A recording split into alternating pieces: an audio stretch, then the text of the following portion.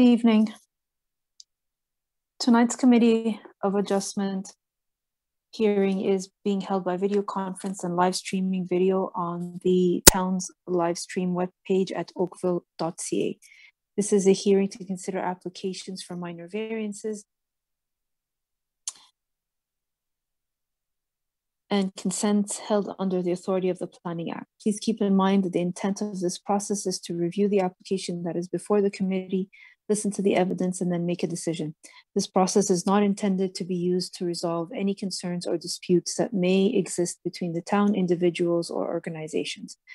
If a request for a deferral is made and the committee grants such a request, the applicant or authorized agent must contact the Secretary-Treasurer to schedule a new hearing date. In order to conduct an effective and efficient electronic hearing, we have adopted the following process. If you are watching the live stream of this hearing on oakville.ca and if you wish to speak to an item on the agenda, you can call 905-815-6095. Again, the number is 905-815-6095. The phone number is also posted on the screen below the live stream page at oakville.ca. Staff will be standing by to take your call and provide you with further instructions to join the video conference. You will be asked to provide your name and item number and full address. When the chair of the committee polls for interested parties, the Secretary-Treasurer will unmute you when it is your time to speak. The applicant or agent will also be given the opportunity to briefly explain to the committee the basis of their application and answer any questions that may arise. A maximum of 5 minutes will be provided for this presentation. You will need to state your full name and address for the record, and any submissions beyond the 5 minutes will be at the discretion of the committee. All delegations must also state their name and full address .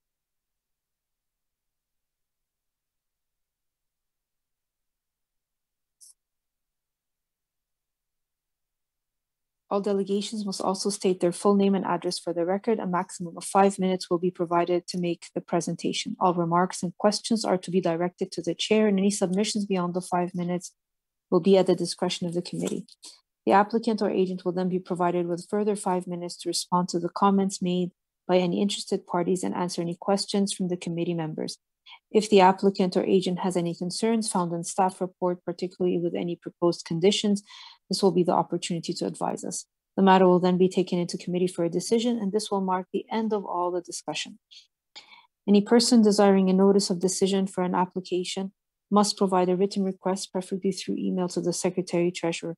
Please note that you must make a written request in order to be included on the list that is used by the Ontario Land Tribunal for the giving of any subsequent notice of any appeal. Written notice of the committee's decision will be mailed no later than 10 days for minor variances and 15 days for consent applications to the applicant, agent, and any other person who has filed such a written request for this notice. If you do not agree with the committee's decision, you may appeal this to the Ontario Land Tribunal, and the last day to appeal the decision to the Ontario Land Tribunal will be noted on the decision. If no appeal is received within the prescribed timeframe, the decision of the committee becomes final and binding, and the Secretary-Treasurer will then notify the applicant and anyone who has received a copy of the decision through written correspondence. People participating in this hearing are to be courteous to and respectful of the members of the committee, town staff, and any other person attending the electronic hearing. Tonight's electronic hearing is being video recorded and available for future viewing at oakville.ca. Thank you.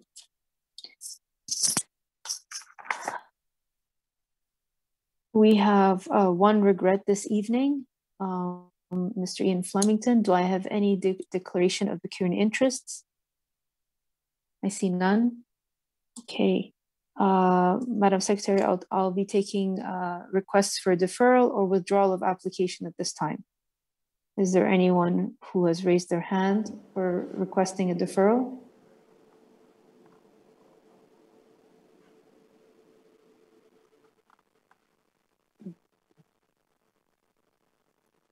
Madam Chair, I don't see anybody that wants to defer the application.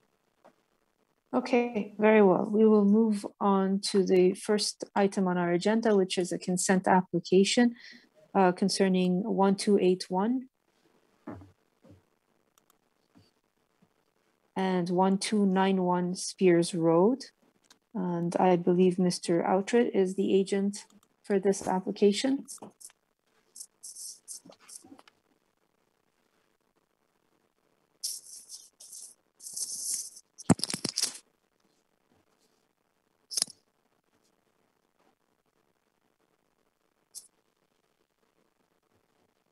Yes, good evening, Madam Chair.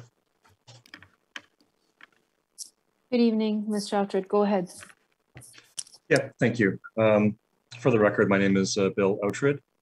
Our office address is 2140 Whiston Park Drive, unit number 28, Oakville, Ontario. We're the agents for the owners of both 1281 Spears as well as 1291 Spears Road. I'll just go and give a brief presentation, Madam Chair. This is more or less a technical consent application in that in around 2010, 2011, our clients bought both of these existing industrial properties, employment sites with the existing properties or with the existing buildings. And essentially, due to the complexities of the Planning Act and the fact that they were the same ownership, they had technically merged on title, even though there's two separate PIN numbers for the property. They technically have merged on title. And as a result, until such time as the Planning Act is amended, so we don't have to go through this process again with similar situations, we have to go through with a consent application to technically redivide both sites to facilitate being able to sell one or both of these properties. Both of these properties are sold. They close as of June 30th. And of course, the lawyers brought up the issue pertaining to the Planning Act and the merger of the title. So as I said, even though it is relatively straightforward, what we're asking for, you have to proceed through with the consent at this time to once again designate the lot lines for both properties. As part of this application, there's also a couple of variances just to ensure that we're meeting the zoning regulations. For 1291 Spears Road, there's two variances that we are requesting. The one is for the minimum easterly interior side yard of 2.85, whereas 3 meters is required. That is on the plan in front of you. That is the property to the south that slightly does not meet the zoning bylaw requirement. As well, for both properties, we are required to basically go forward with the variance to legalize what's existing with respect to landscape coverage. 1291 Spears has a landscape coverage of only 1.4% or 74 square meters. 1281 Spears has a landscape coverage of 4.9% with 255 meters squared. Once again, these are both existing buildings that have been there for some time, I believe, at least from the 1980s. So technically, you know, what is there is essentially, you know, what was there prior to any new bylaws coming into play, 2014 bylaw, for instance. So we're basically just legalizing what's existing for both these buildings. So once again, this is a technical variance just to facilitate being able to sell one from the other. Planning comments are fully in support. We are aware of all the conditions. I believe all the conditions that have been provided are relatively straightforward. I don't see any issue pertaining to trying to get these cleared prior to the sale of the properties at the end of June of this year. They involve conditions for service laterals, water service, making sure that the services are separate for each building. They were developed separately, so there are services separate to each building. We also are arranging for the registration of a new reference plan to facilitate the first condition. So I have no issue with the conditions. And unless there's other questions pertaining to the application, I will leave it at that. Thank you. Thank you, Mr. Outred. Are there any questions or items of clarification of Mr. Outred at this time? Ms. Murray, go ahead. Thank you, Madam Chair, through you to the applicant. Just to clarify that the applicant is satisfied then with what is in the package as Appendix A conditions of approval, B22/01/1623, just to be clear. Thank you. Yes, we are satisfied with the conditions. Thank you. Thank you. Any other questions or items of clarification? One, Madam Chair. Yes, go ahead. I understand we're dealing with this as a package. Should, from a technical perspective and for expediency, should the motion deal with the consent as well as the variance in one motion? Thank you. What we usually do is we deal with the consent first, and then we deal with the attached variances to the consent application immediately following that. But there will be 3 separate motions. So there will be a motion for the consent, and then there will be a motion for CAV 31 of 2022 that's attached to 1281 Spears Road, and then CAV 032 of 2022 that's attached to 1291 Spears Road. And typically the person who moves the consent will also have the pleasure of moving the other 2 variances. Thank you, Madam Chair. You're very welcome. Any further items of clarification or questions? Ms. Murray, this is your first consent application with us, right? Actually, there's been a few, but they're few and far between. Thank you. Oh, okay. Okay, who wants to take a crack at it? Would you like to take a crack at it? I have my hand up before you go into I'm committee. so sorry, I didn't see you. Oh, that's totally fine. When you have your hand up and I can't see you, wave, please. Okay, because I don't perfect. always see everybody on my screen. Sorry, Ms. Buckerfield. Yeah, not a problem. I just wanted to add a clarification to the recommendation for the consent before you go into committee. Please. Yeah, I was going to just ask that Jasmina put it on the screen so it's very clear. It's just to make sure that it's tied to the, if you could zoom in, to the severance sketch that was submitted, and just making that very, very clear that these parts are on the submitted severance sketch dated February 16, 2022, and that we're including this sketch as a schedule to the decision. So that way, going forward, it's clear that that's what it's referring to. So if obviously the committee make the decision on that, and I believe the applicant would likely be amenable to this as well, since it's submitted with his application and that's what the parts are referring to. So just before you go into committee, I just wanted you to consider that approval. Okay, severance sketch dated February 16. And it's included as a figure in the staff report. So it's included in all the materials that you've reviewed. It's just to make it clear in the recommendation. Thank you. Okay, thank you, Ms. Buckerfield. Let me just pull up one thing.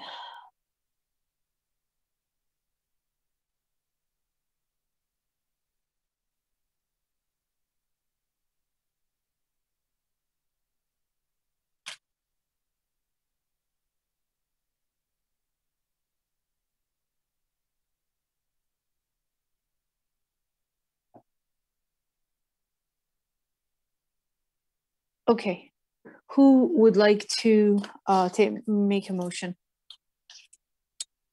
Go ahead, Ms. Murray.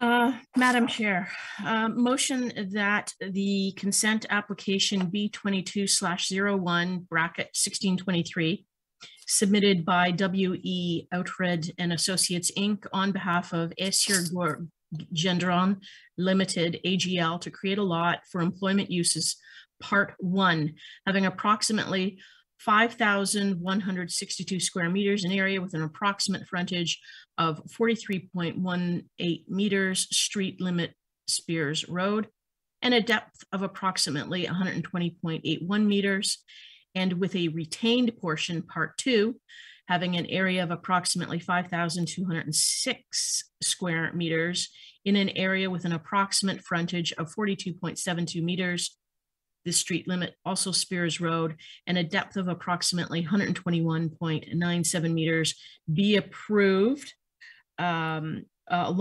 and in accordance with the severance sketch dated February 16th and subject to the conditions attached as Appendix A and as acknowledged by the applicant this evening. Thank you. Very well. I just wanted to clarify, just to say that it wasn't necessarily in accordance with, but is attached as a schedule, as a reference. Thank you. Yeah. Okay, so typically this severance sketch is similar to the drawings that we would have with the variance application. So it's just to be referred to, right? So I will amend to refer to figure 2, severance sketch dated February 16th. Of 2022. Of Okay. 2022. Thank you. Okay. Jasmina, you've got that? Usually it's only the conditions as a Schedule A, Appendix A from the planning report. Yes, that's fine. And those conditions plus the reference of the sketch. Severance sketch will be attached to decision under, and it's going to be shown on the decision too. So severance sketch goes together with decision attached. It's not going to be referring, like it is attached to decision, but conditions are stated plus the attached decision and stated in body of decision as a Schedule B. Okay, that's okay, Ms. Buckerfield. Okay. Yep, that's fine. And as long as it's clear that it's part 1 of the severance sketch dated February 16th, 2022, and then part 2 of the severance sketch dated February 16th, 2022. Yeah, you have that sheet that you put up, as long as as we'll just use that. It's clear that you're okay with what was presented. Yes, I think we all are. Correct, Mr. Altred? Yes. Okay. So the motion is before us to approve subject to these conditions and the attached severance sketch as dated. All those in support? Okay, and the application has been approved, none opposed. Thank you, Mr. Altred. Now, Ms. Murray, you need to move the approval of the variances as attached to the 2 lots. So start with CAV 031 of 2021, which is the landscape coverage, and then we'll go into A32 for 1291 Spears Road with the other 2 variances. Certainly, Madam Chair, having conducted my site visit and reviewed the applicant's written submission, as well as the town's written staff report, which I note that the staff is in support of the variance requested to permit CAV 031 to permit the minimum landscaping coverage for the severed lands only to be 4.9%.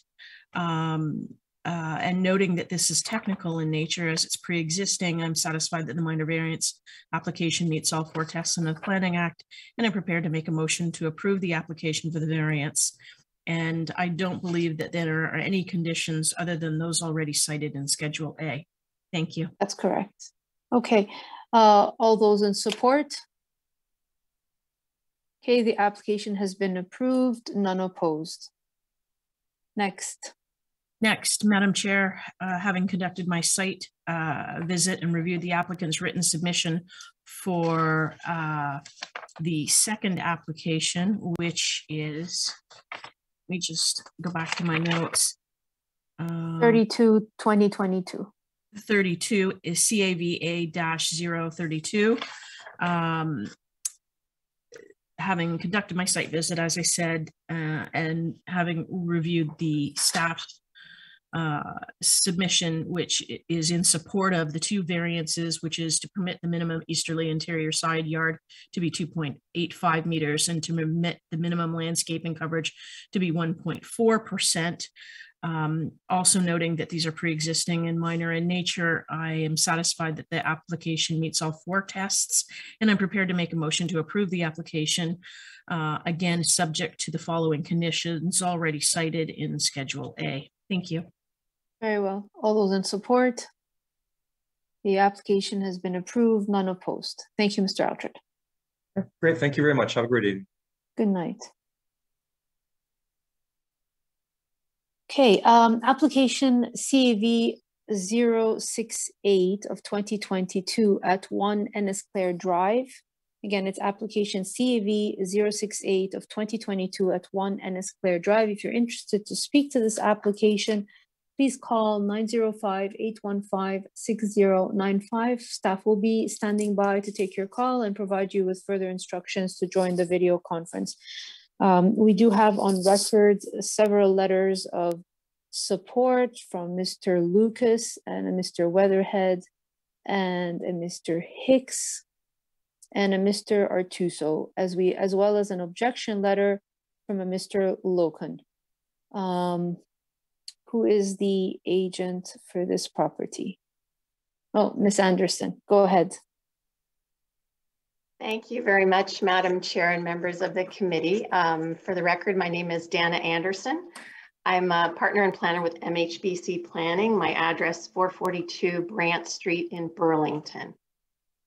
Madam Chair, I'm hoping you can give me some small discretion this evening if I should exceed the 5 limits. I do have a presentation and I would like to take the time to walk through some information focused on the variance requested for the committee.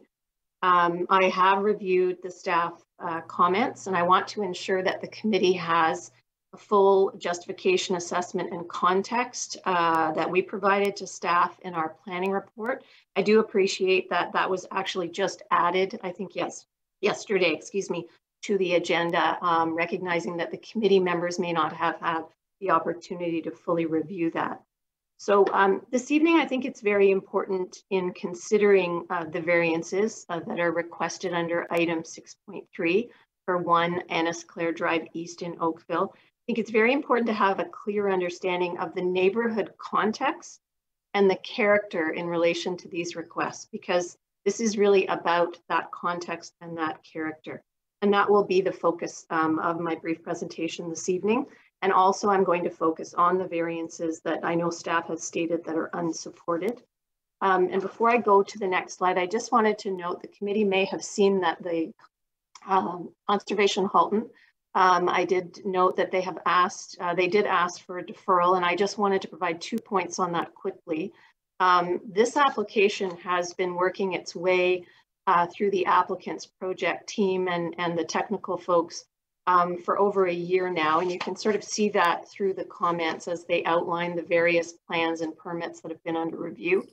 And the most recent and latest plans provide some responses in relation to the shoreline, and they focus on the cabana and the pool and some revisions. And I would note that CH has said they will likely meet all of CH's policies and that they are not opposed to any of the variances, but they have suggested this deferral to work through the permitting issues. And I would only say, with all due respect, Madam Chair, that those issues will be addressed with CH on an ongoing basis, as we don't believe at this time a deferral for those items is necessary. So I just wanted to put that forward at the very beginning. So if I could have the next slide. So Madam Chair, members of the committee, the subject lands in this case are located, as you can see, at 1 Ennisclair Drive East in Oakville. And Ennisclair Drive is in the East Lake neighborhood. And it is one of several, what I'll refer to as looped roads that were created through plans of subdivision south of Lake Shore, with very large lots, some of the largest lots in the area being located along the shoreline, including the subject lands. And I wanted to point that out because I do want to speak about neighborhood character and how it has evolved in this area over time.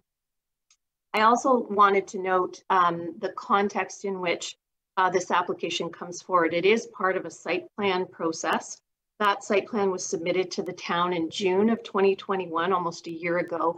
And after meetings with staff and after responding to a number of comments, a revised site plan was submitted to the town in December that did address a number of the comments, including some of the variances that were previously sought and some changes, including height, which was reduced.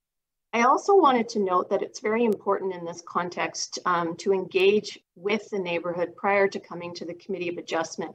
And we did just that. We held a virtual neighborhood meeting in March, on March 30th of 2022.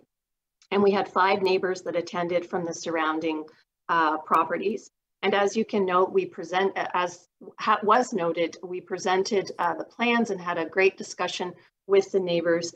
And through that process, we received the letters of support that you noted. The next slide. So the reason that I wanted to focus on character before going through briefly the variances is that neighborhood character, as you know, is a defined term. It's defined in the town's official plan, and it's defined as the collective qualities and characteristics that distinguish a particular area or neighborhood. And in defining the character of this area and neighborhood, it was important for us to consider the immediate and existing prevailing characteristics and those that have evolved based on a number of changes and approvals that have occurred.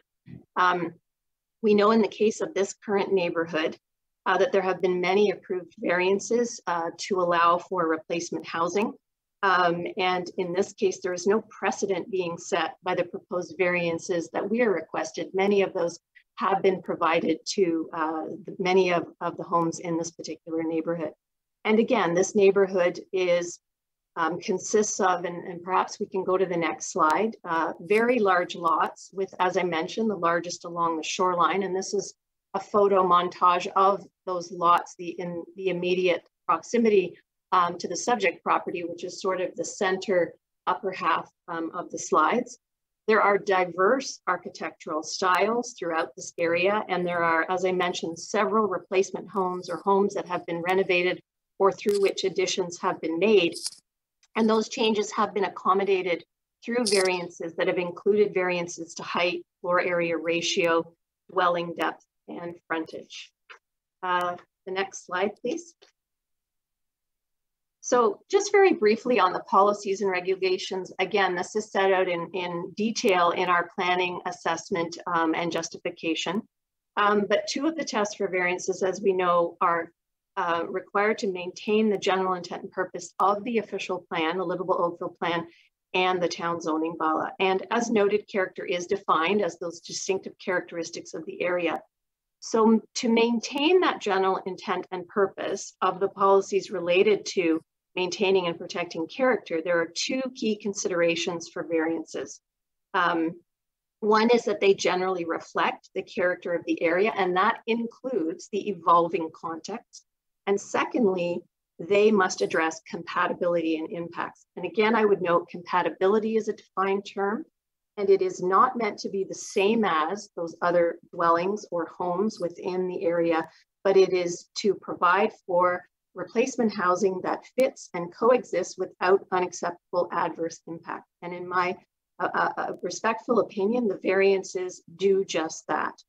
Finally, in terms of the design guidelines for the stable residential communities, these are very important, and they are to be addressed as a guide for compatibility. They are not required to be complied with, and they must take into consideration the context of an area, especially as it relates to variances that are seeking changes that may impact transition. And we certainly have done a full assessment of these guidelines in relation to the proposed development. And again, it's my opinion that based on our assessment and review, the variances meet the these guidelines.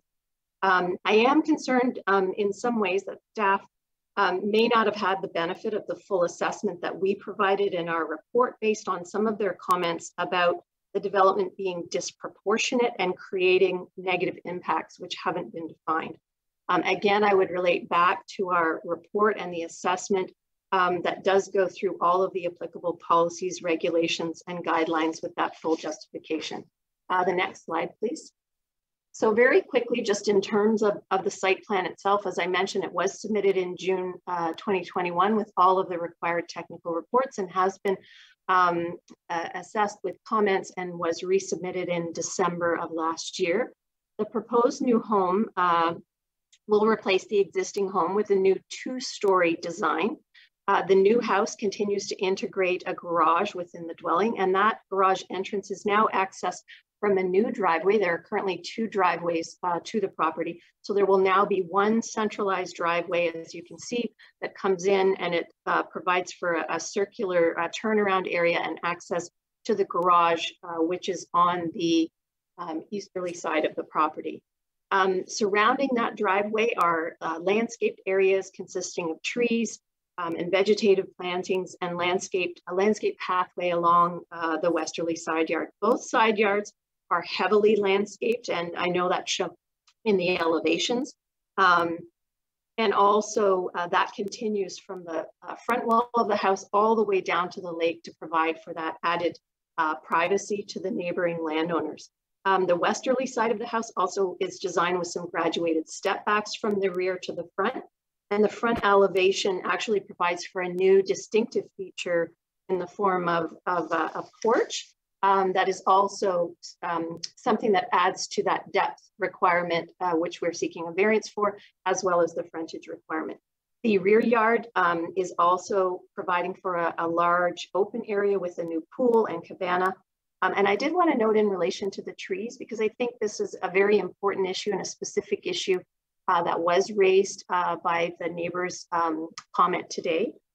In fact, through the proposed replacement of this home, the tree canopy cover is actually being increased by up to 31.8%. So there are a number of mature trees that are being protected. You can sort of see those on the site plan with the large canopies that are shown. And there are a number of trees that are actually new trees that are being planted to increase the existing tree canopy on the site. The next slide. So very briefly, in terms of the proposed variance, as noted, there are 6 in total. I'm going to focus on those that were highlighted by staff in terms of stating that they're unsupported. And those relate to dwelling depth, floor area ratio, front yard setback, and height. So I would like to briefly just bring some information to the committee's attention in relation to those requests. So if I can go to the next slide and maybe jump to the slide one more. The next one. So the first 2 relate to driveway width and walkway width, which I know have been requested and staff are supportive of. And these are minor requests that relate to specific areas of the driveways. So if I can go to the next slide. So variant 3 relates to dwelling depth. So the maximum dwelling depth is 20 meters under the current zoning, and we are requesting a dwelling depth of 27.03. And again, that includes the porch at the front of the property, which is approximately 5 meters in length. So in terms of dwelling depth, the intent of maintaining the dwelling depth is to ensure that any impacts on adjacent properties are minimized. And it's also to maintain some consistency of the placement, orientation of dwellings within the lot. The new dwelling is actually being pulled back from the shoreline, actually more than the current home is, without any overlook issues or without creating any privacy issues. There's also, as I mentioned, substantial increased landscaping along these side yards to maintain privacy and reduce those impacts. Within the Ennisclair neighborhood, as was defined earlier, additional dwelling depths have been provided through variances of up to close to 35 meters. And it's also, I think, critically important to note again, context in this case. This property backs onto the lake and would have no impact to any rear yard that would abut the property in a normal subdivision situation because of the shoreline in the lake. And again, the front porch without that would be a reduced dwelling depth. But however, this particular request, again, in my opinion, meets the general intent and purpose of the official plan and zoning and is appropriate given the context of the site and minor in nature. So the next slide, please. So the residential floor area in this case is the maximum FAR is at 29%, and we're requesting 34.37%. So again, intent of the FAR is to control the overall volume of the interior of the home, which then goes to the overall massing and scale control on the lot. This proposed floor area that's being proposed is not out of keeping at all with other homes in the area. In fact, other homes in this area have been approved with variances to provide for FARs actually on smaller lots between 30 and 39%. It's also important to note that the new building footprint maintains the required side and rear yard setbacks of the zoning bylaw, as well as the maximum coverage provisions for the home. So those other requirements of the zoning bylaw, those provisions are being met. Given the size and the location of the lot along the lakefront, Again, the additional floor area that results in this increased FAR is not incompatible with the surrounding area. The next slide, please. And the next slide relates to the front yard setback. And I think it's important, again, to note context.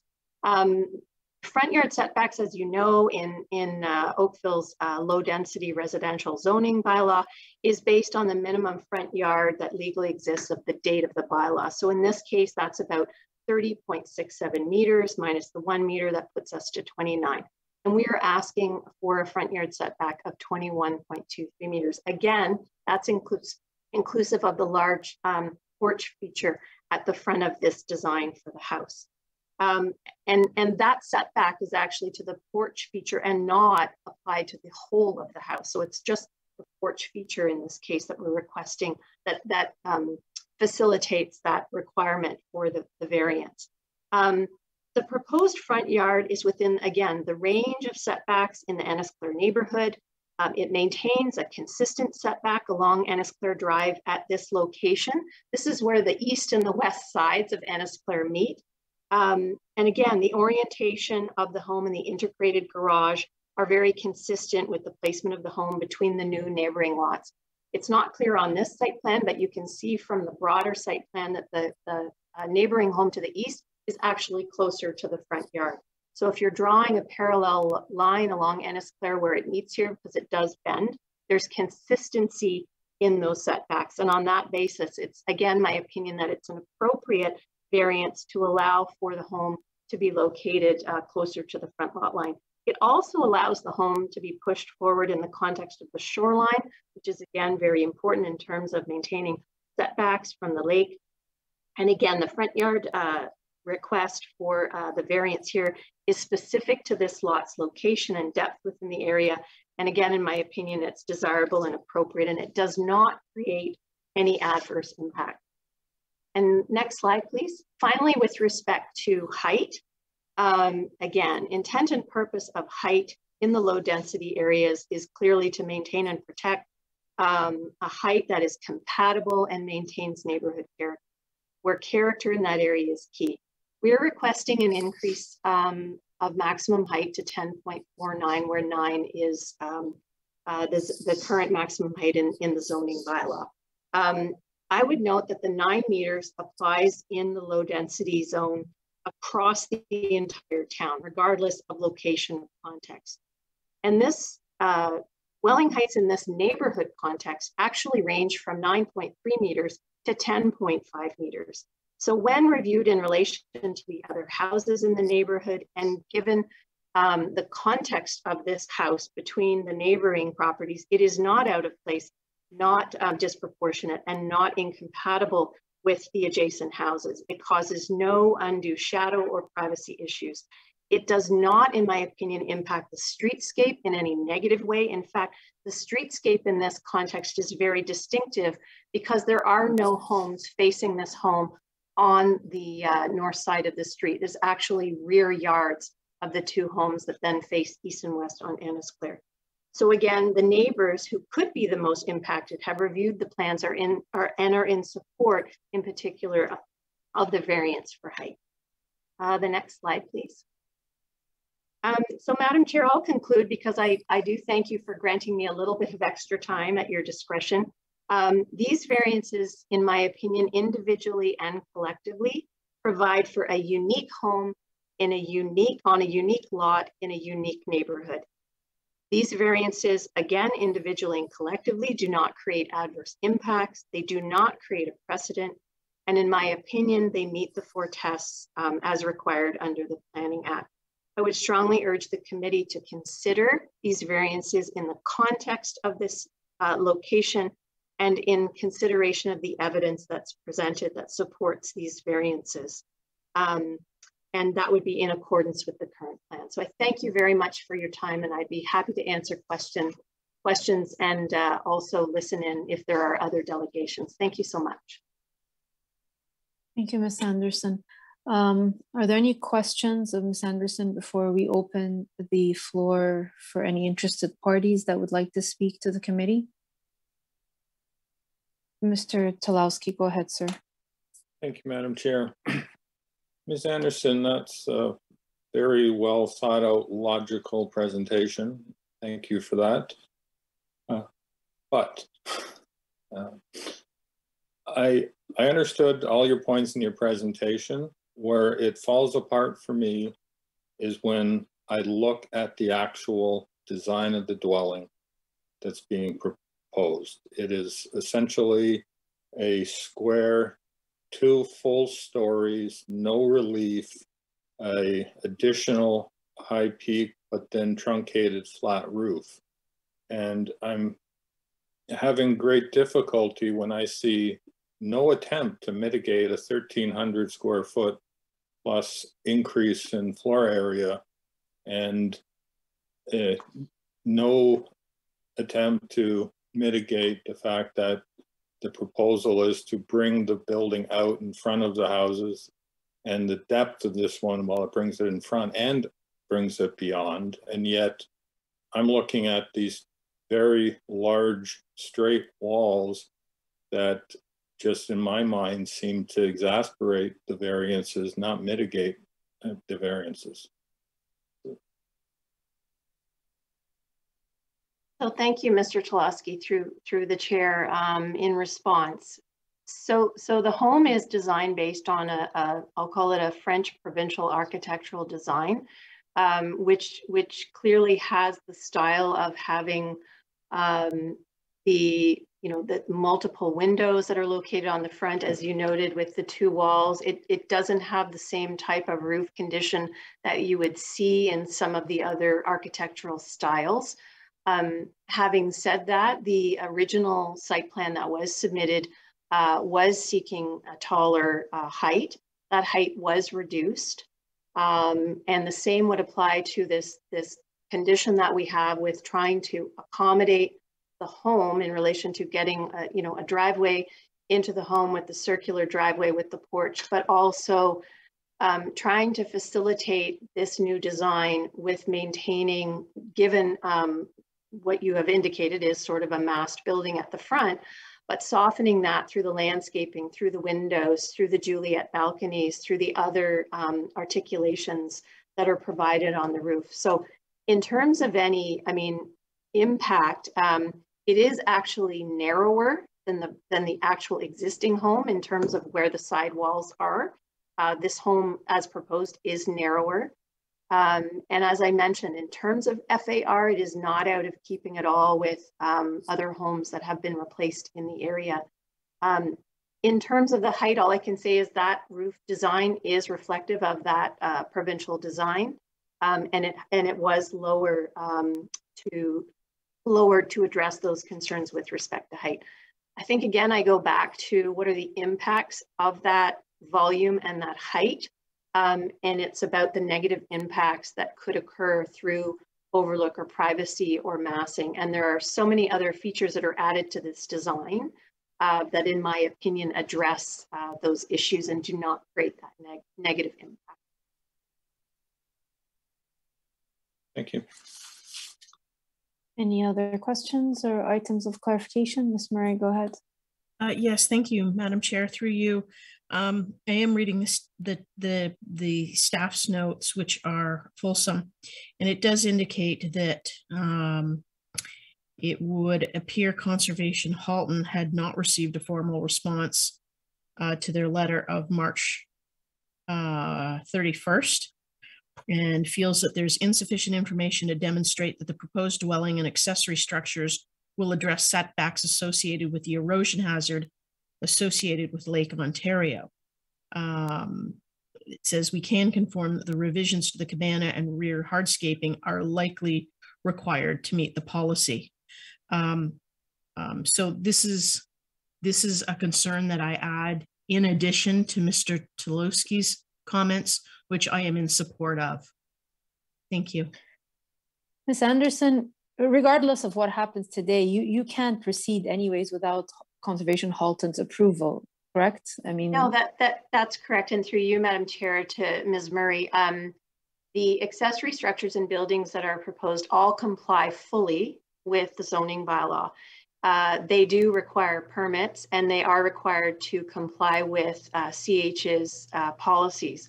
And that has been the subject of some of the revisions and discussion. And so that process is even separate from the site plan process and will be required to be met regardless. So in terms of those elements of the permitting requirements, those, in my opinion, are not, do not affect any of the variances for the house. Any other questions? Okay, we'll open the floor. Madam Secretary Treasurer, has anyone raised their hand to speak to this application? I do note that there are several letters of support, as I had already mentioned, and a latent letter of objection from Mr. Loken. Has anyone called in for this application? I'm certain we've already exceeded our time limit for this. So if no one has come forth, we can take the matter into committee because we've had ample time for discussion. There is nobody raising their hands to speak in regards to the application. Okay, very well. We'll take the matter into committee. Who would like to get the ball rolling?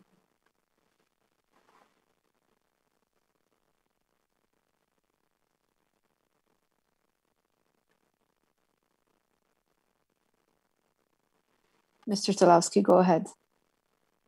Thank you, Madam Chair. Madam Chair, you've heard my earlier comments.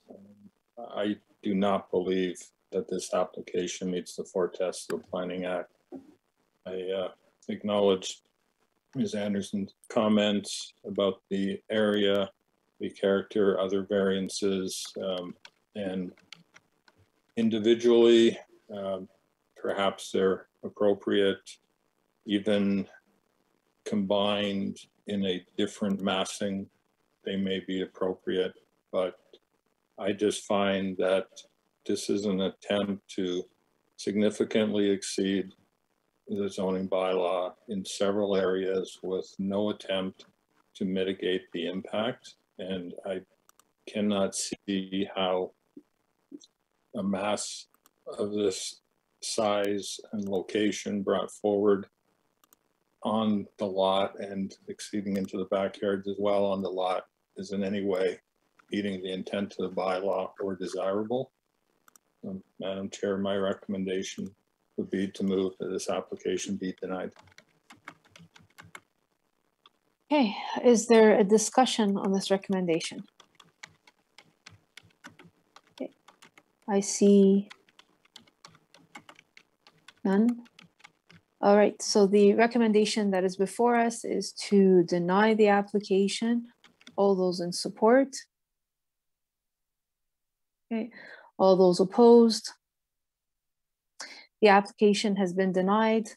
Thank you, Ms. Anderson. Thank you very much, Madam Chair, and thank you, members of the committee, for your time this evening. Thank you. Good night. Madam Chair, I just want to make sure you were opposed to. Yes, I was. Okay, thank you.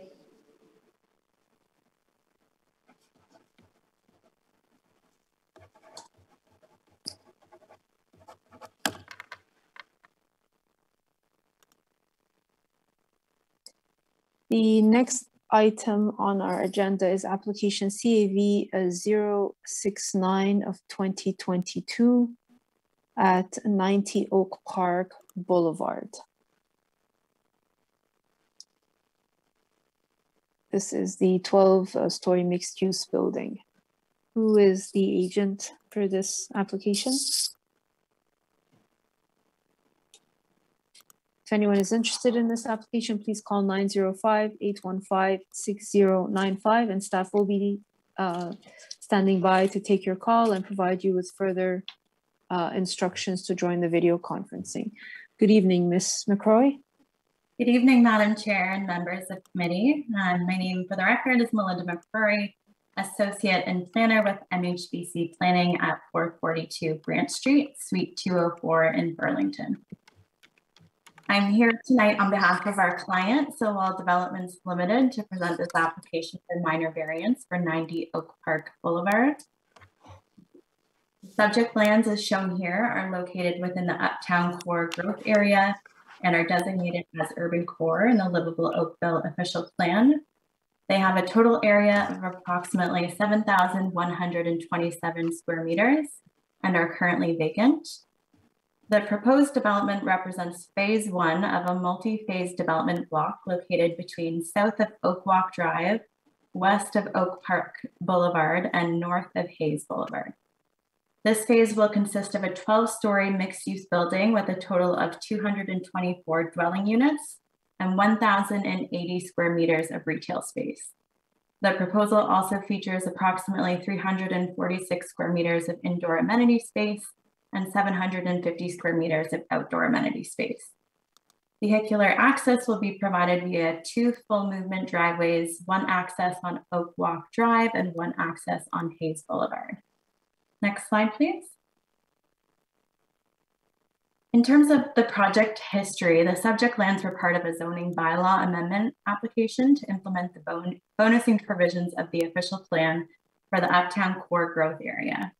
Following the zoning bylaw amendment, a site plan application was submitted to the town and is currently under review. The site-specific zoning bylaw zones the property as mixed use with special provisions. One of the site-specific provisions requires a minimum percentage of glazing of the first-story building wall for non-residential uses oriented toward any front lot line and flankage lot line for each individual building to be 75%. Through the site plan approval process, the design of the mixed-use building has evolved to incorporate the various materiality as well as increased ground floor heights. A variance is now required to facilitate the design of the building with regard to the glazing provision for the ground floor. Next slide, please. So the variance before the committee this evening, the purpose is to permit the minimum percentage of glazing for the first 4.5 meters of the first story building wall for non-residential uses to be 75%, whereas the zoning bylaw requires a minimum 75% essentially of the entire first story building wall for non-residential uses oriented toward any front lot line and flankage lot line. Next slide, please. Quickly, just to note, the typical first floor heights for non-residential uses are proposed is 4.5 meters. However, the proposed building design incorporates an exaggerated first story height at 8.3 meters to accommodate mezzanine space and mechanical equipment, which I'll show you in the slides that follow in the elevations. Here we're showing the site plan, and it demonstrates along the roadways what the retail frontages consist of. Next slide, please. So as I was mentioning, so the red boxes shown here on the elevations demonstrate that the proposed building meets the intent of the zoning provision, providing over 75% of glazing for the first 4.5 meters of the ground floor height. The elevations also demonstrate the exaggerated first floor height, showing how the retail boxes and design with various materiality is shown here, and that's evolved through the site plan approval process through consultation with urban design staff. This elevation is the east elevation facing Oak Park Boulevard. Next slide, please. This elevation is the north elevation facing Oak Walk Drive, again showing the red box indicating the portion of the building that's retail, and up to 4.5 meters, it's actually 86%. Next slide, please. And the south elevation facing Hayes Boulevard, again, the portion of the building that's retail indicated by the red box, and the percentage of up to 4.5 meters being 75%. Next slide, please. Here's just a rendering of the proposed development, which further demonstrates materiality and streetscape. Next slide, please. And in conclusion, it's our opinion that the proposed variance meets the four tests of the Planning Act. As noted, the variance before the committee this evening has been determined and proposed through consultation with urban design staff.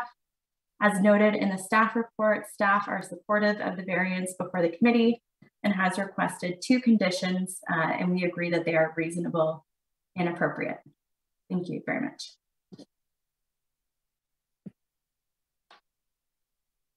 Thank you, Ms. McCrory. Are there any questions or items of clarification of the applicant at this time? Ms. Murray, go ahead. Yes, thank you, Madam Chair. Through you to town staff, could you please explain glazing to me? Is not clear. Pardon my ignorance.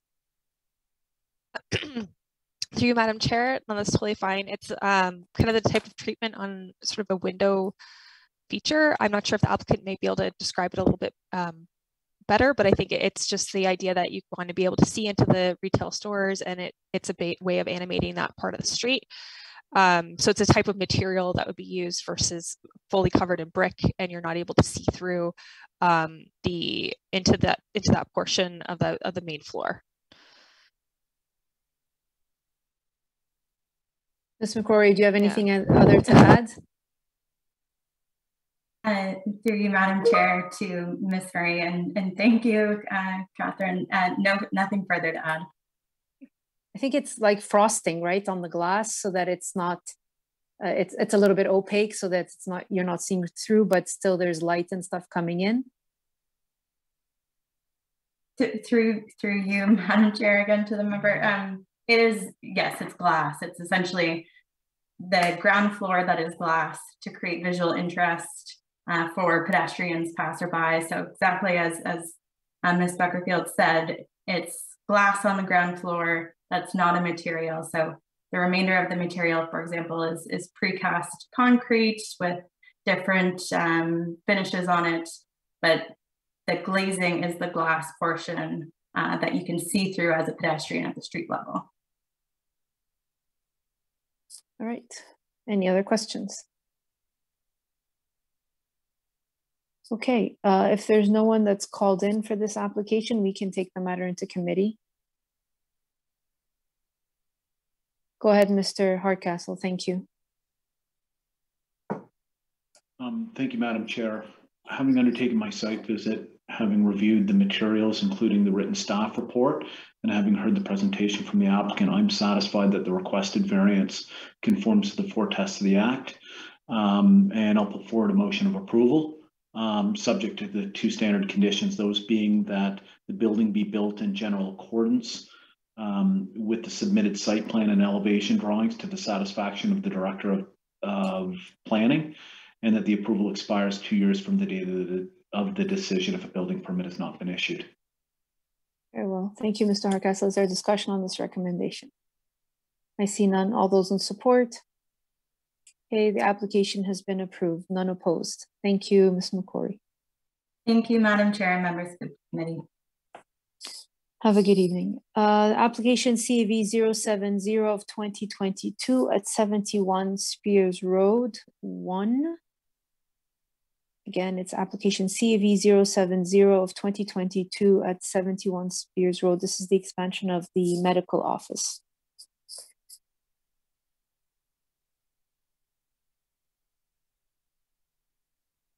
Who is the applicant on this application?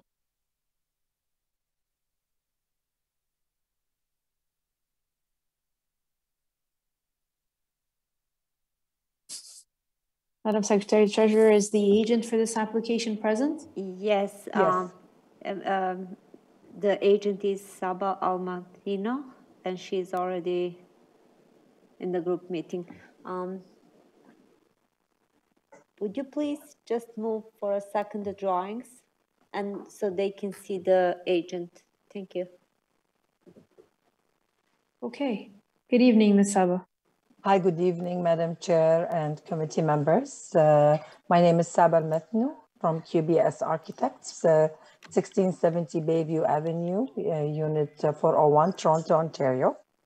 We are here before you to ask relief for one variance, is to permit a maximum of 88.8% of business and medical office to occupy of the cumulative width of the building in the first 9 meters. So our clients is the owners of the next door medical walk-in clinic, and they would like to expand to the next unit, which is the corner unit. They did ask a relief originally in 2019, so they were allowed for 60% when the pharmacy was constructed, and now they are expanding, hence we are before you to ask a relief from this variance. Okay, thank you. Are there any questions of Ms. Saba at this time? I see none. If there's no one that has called for this application, we can take the matter into committee.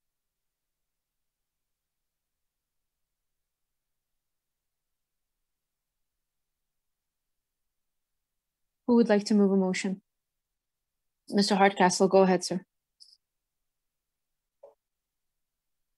Thank you, Madam Chair. Having undertaken my site visit, having reviewed the written staff report, and having heard the deputation from the applicant, I'm satisfied that the requested variance conforms to the 4 tests of the Act, and I'll put forward a motion of approval, subject to 2 conditions, those being that the medical office be expanded in general accordance with the submitted site plan dated 2021-07-22, and that the approval expires within 2 years at the date of the decision if a building permit has not been issued. Would note that there were no members of the public present with respect to this matter or deputations received.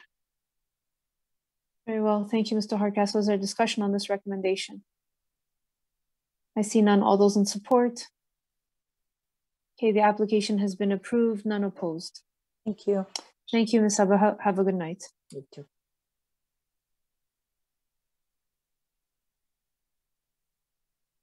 Application CAV 071 of 2022 at 2318 Bennington Gate. Again, it's application CAV 071 of 2022 at 231 Bennington Gate.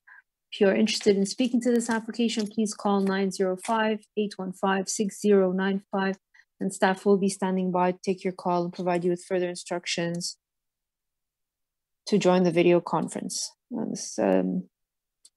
We do have interested parties who were interested to participate, and Mr. and Mrs. Ashbourne.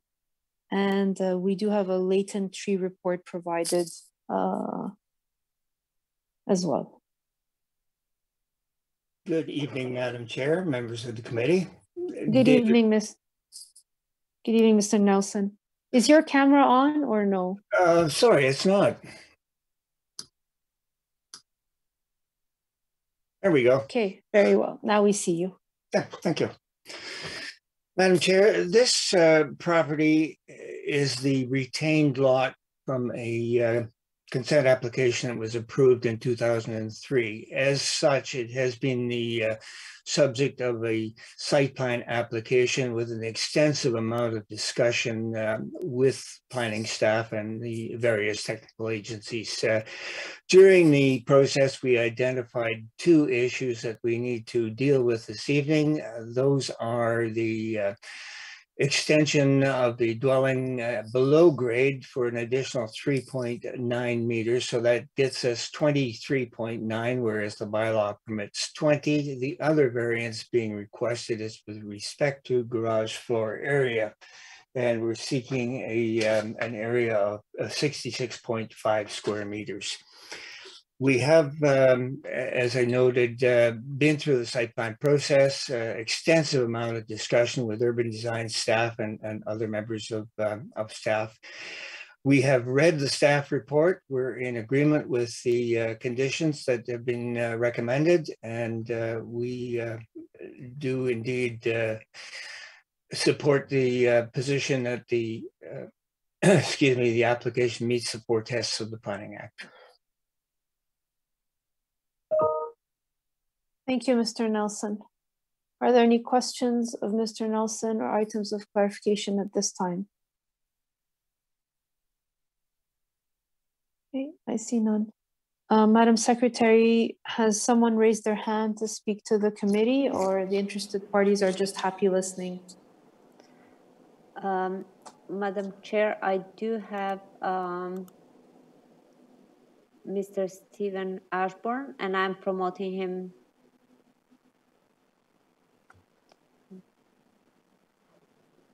Mr. Nelson, while that is happening, you did provide some explanation on the tree, correct? Yes, I did send in some photographs, Madam Chair. Did you want to go through that? Because I'm anticipating that some of the interest is a clarification on that. We can certainly look at it once we hear from the neighbor. Madam Chair, it's Steve Ashburn. If you would indulge me, I have one question, one comment, and I want to express one concern about the application. Mr. Ashburn, we're glad to have you. I'm just going to request that you put your camera on if it's possible. I am struggling with the technology here, so just 1 second. There we go. Oh, there we go. Very well. Go ahead, sir. Thank you for hearing me. We are the neighbors, my wife Susan and I are the neighbors that face into, our backyard faces into 2318 Bennington. We share about 3/4 of the 2318 Bennington back lot boundary. I have a question, I think, for Mr. Nelson, which I'll put out there, but also want to make a general comment.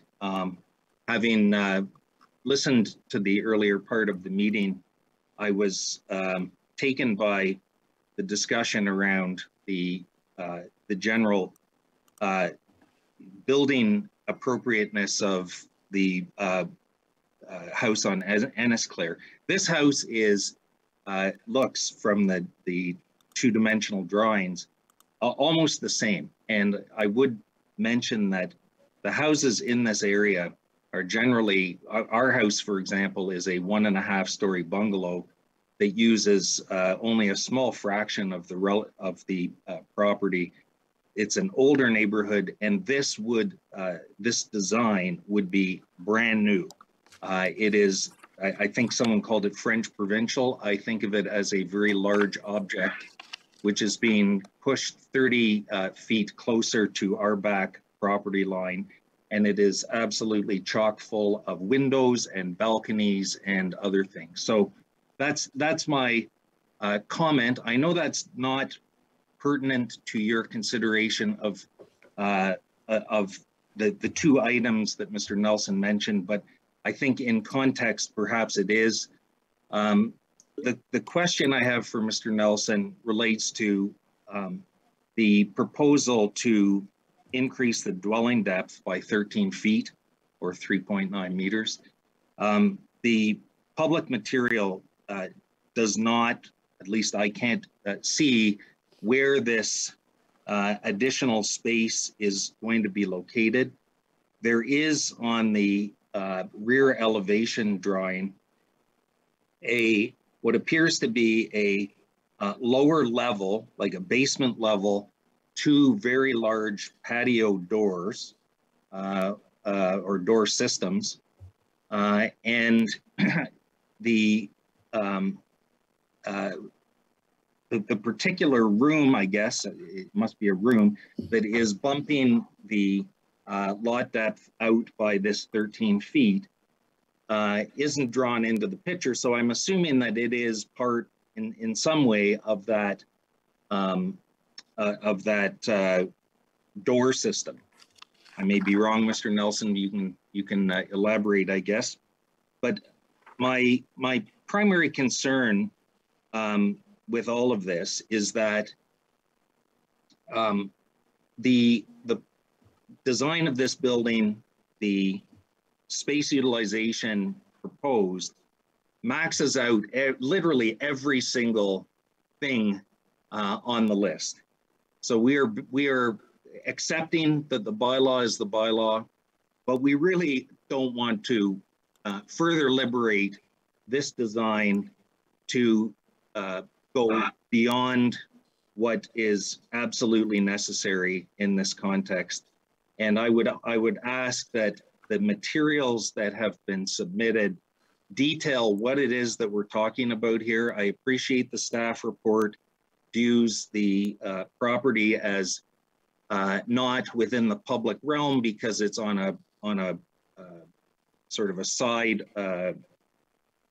private road that runs behind our house, but it is certainly of significance to a number of taxpayers, me and my wife included, and 2 other neighbors who have expressed concerns with this as well.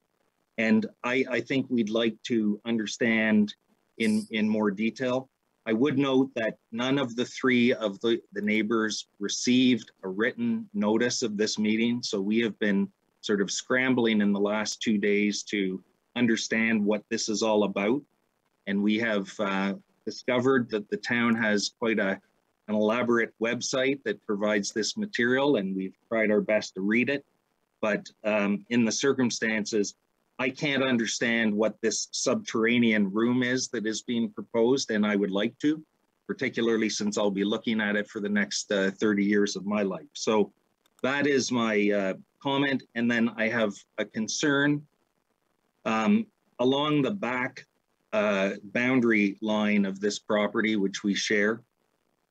There are a number 4 of 4 very large, very mature maple trees. We are currently engaging with a surveyor and a arborist to corroborate what we have understood to be the conclusion that 2 of these trees are called boundary trees because the trunks extend over the property line. I didn't think that that subject matter was germane to what you're considering tonight, but it appeared from the first set of materials that I reviewed Sunday to the materials I looked at this morning that there is a new set of materials that goes through and provides pictures of the maple trees that we're talking about, and asserts, for example, that these maple trees are hazardous, and I think attributes that conclusion to an arborist. I obtained the arborist report. There is nothing in the arborist report that uses the word hazardous, and I think that I'd like to understand from Mr. Nelson, who provided this information, what this process has to do with those trees. And just for the record, those trees which do constitute boundary trees will not receive our consent for removal, which is a predicate of this large design. Those trees are significant trees in this neighborhood. They are lovely trees and healthy trees, I think, and we will provide the expert reports to corroborate that. But I don't want this process in any way to somehow implicate our acceptance or anybody's acknowledgement regarding the submissions that were thrown in at the last minute by Mr. Nelson regarding these trees. So that's my concern for that part of the discussion. I do appreciate that staff prefaced their report with a standard set of caveats that include something that suggests that nothing is being done here regarding the trees and that the trees can be dealt with through a later process, which we'll have to figure out. But I just want the minutes of this meeting and this process to reflect that that is very much a wide open issue, and anything that comes out of that process that impacts this design or the site plan will be a matter for discussion, further discussion through the appropriate channels at the town or through a court or something that is appropriate in the context. So thank you, Madam Chair, for that. I'm happy to stay here and speak to any of those issues as you see fit. Very well, thank you, Mr. Ashburn. Are there any questions or items of clarifications of Mr. Ashburn before we allow Mr. Nelson to take these concerns up? Go ahead, Ms. Murray. Thank you. Quick question to Mr. Ashburn. You had mentioned that it is your thought so that there are going to be balconies. I'm wondering if perhaps that can be addressed by Mr. Nelson. Certainly, Madam Chair. I don't believe. Did you make a presentation, Mr. Nelson? Do you have like your renderings that we can put up and you can take the elevations were provided to the committee, Madam Chair, but there are no balconies on the rear of the building. The additional 3.9 meters that we're discussing is entirely below grade. It's not visible and it has no massing, and that is part of the rationale for support from the planning staff on this application. With respect to the issue of trees, yes, we identified that there are some large maples along that lot line, and our arborist has indicated that they do potentially provide some danger in the future, that they could be considered or are considered hazard trees. When you say that, is that because they're not stable, that they can come down? Like, what are the what Madam classifies Chair, them as hazardous? It's the growth manner of the trees. They're very deep V, and if we could bring up one of the photographs, I could show you exactly what I'm referring to. It's not my opinion, it's a professional opinion from an arborist. So one of the photographs, I believe tree number 15 would do, staff. Those are Juliet balconies that are showing there. They're not balconies with so that's the front elevation. Yeah, that's correct. We're talking about the rear elevation. Yeah, it'd be the same on the rear. Let's have a look at the rear.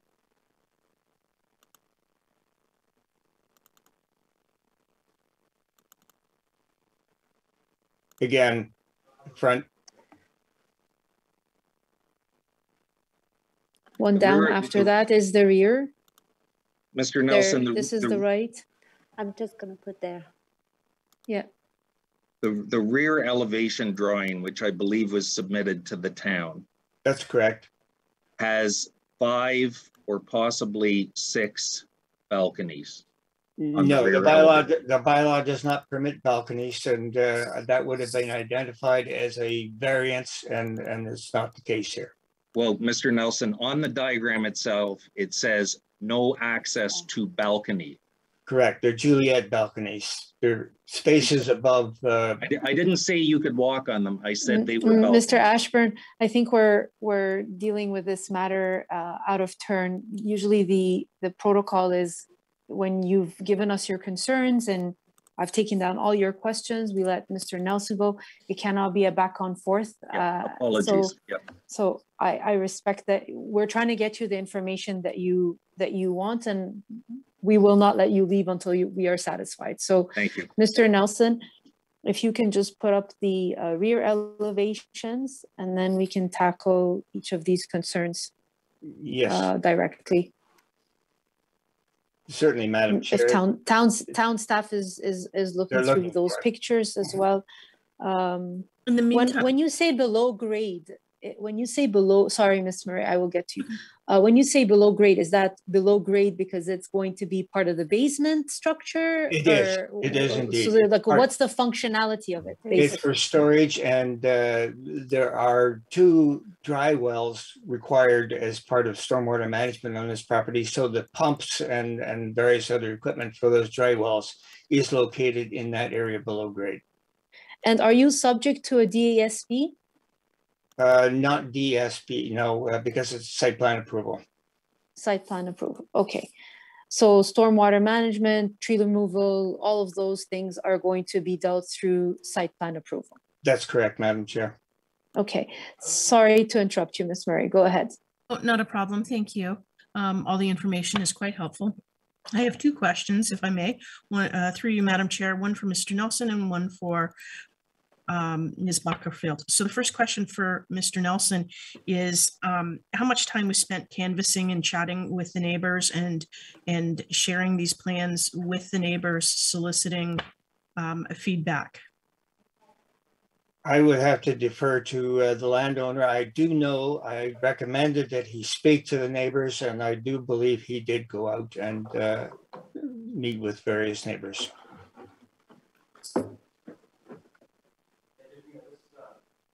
And your question to Ms. Buckerfield? My question to Ms. Buckerfield, I'm taking a look at a driveway. It's a large, very big circular driveway, and in the past, something of this nature to me would have triggered a variance, or at least a condition that there be permeable pavers because it's such a large surface area. So my question through you, Madam Chair, to town staff is really about the driveway, the size, and the materials being used. Thank you. Through you, Madam Chair, this application is also being reviewed through the site plan application process. As already mentioned, a variance has not been identified for the driveway. Typically, when it complies with the zoning bylaw, we don't have the same comments as when there's situations where we comment on the driveways when they do not comply with the zoning bylaw. I know that there are comments related from our landscaping staff and tree preservation, and all those kind of things go into the site plan application. And so that would be reviewed as a whole through there. But we haven't had I don't have any comments right now on the driveway as it relates to the zoning bylaw. Okay. Further? Thank you, Madam Chair, and thank you for everyone's patience. Just one more follow-up through you, Madam Chair, to town staff. We're asking that the dwelling be built in general accordance with the final approved site plan to the satisfaction of the Director of Planning. I'm wondering if town staff can direct or enumerate the number of issues that will be dealt with in the site plan such that they may not be enumerated here. Thank you. So the site plan's in carriage of another one of my town staff. I've been updated to the point of commenting on the variances and being pulled in where necessary. I believe that at this point, when they came in for their variances, staff were at a comfort level that this was at a stage that they were comfortable with them coming in. So I think that at this point, I don't expect that we would see substantial changes to the plans from what you're seeing now, in the fact that there was a comfort level in them coming in at this point for the variances. Does that answer your question? I'm just, go ahead, Ms. Murray, go ahead. It does to some degree. I'm trying to, for Mr. Ashburn, I'm trying to flesh out what is yet to be determined in the site application plan, and that yet what might still be addressed and where there might still be the opportunity for input from the neighbors. And that's what I was going to follow up with. He's well within the 100 meter for the notice. Will they, and with himself and the neighbors, get the notice for those site plan meetings? So in terms of the notice, I think that's from the context of the Committee of Adjustment application, that's a question to the Secretary Treasurer to confirm whether they did in fact receive notice. I have no comment on that. The site plan process is not on, it's a different kind of process where it isn't on the same level as being a public process, because at the zoning bylaw level, all of that is a public process in terms of anytime there's a zoning bylaw amendment, it's circulated, there's public consultation, and then same through this. The applications are circulated and there's public consultation. The site plan process has been delegated to staff to work through the issues and get to a point that's appropriate on the site. So, but now that we know that there is some neighbor concern, I can definitely bring that forward and bring it to the attention of our staff that review tree preservation, because I think that that is something that is worth noting. And as he said, he has his rights through, if it is a boundary tree, there's the applicant would require their permission before removing any trees that are considered boundary trees. So there is protection for him in that sense, that it would, if he, yes, so there would be protection in the sense of that.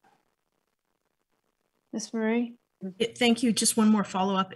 This is an interesting situation too, because we find ourselves in a situation where there is public notification by the posting of the sign, which we strictly adhere to.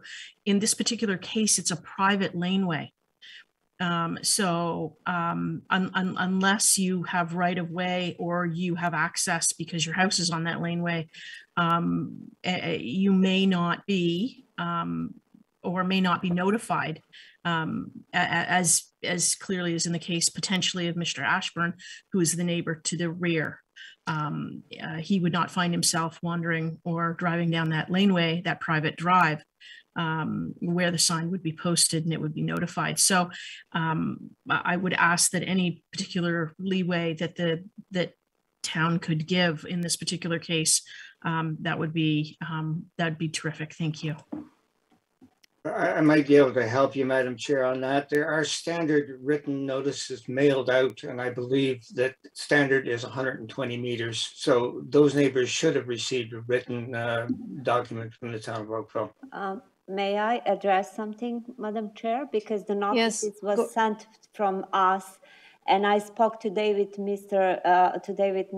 Stephen Ashburn, and I checked our mailing list, and he was on the mailing list and sent to the post. Our post was mailed, and it was from Canada Post if the notice, something has happened with the notice, because from the town, the notice was mailed, and it is actually 60 meters from the property line that all notifications were sent. So I can confirm that the notice was mailed out from us, and we do have in our post office all confirmation that the notice were mailed out. Okay, thank you. Mr. Ashburn, you had your hand up. Yeah, just, Madam Chair, I consulted with our neighbor at 45 Cameo, which is the other part of this, and the number and the neighbor directly north of 2318.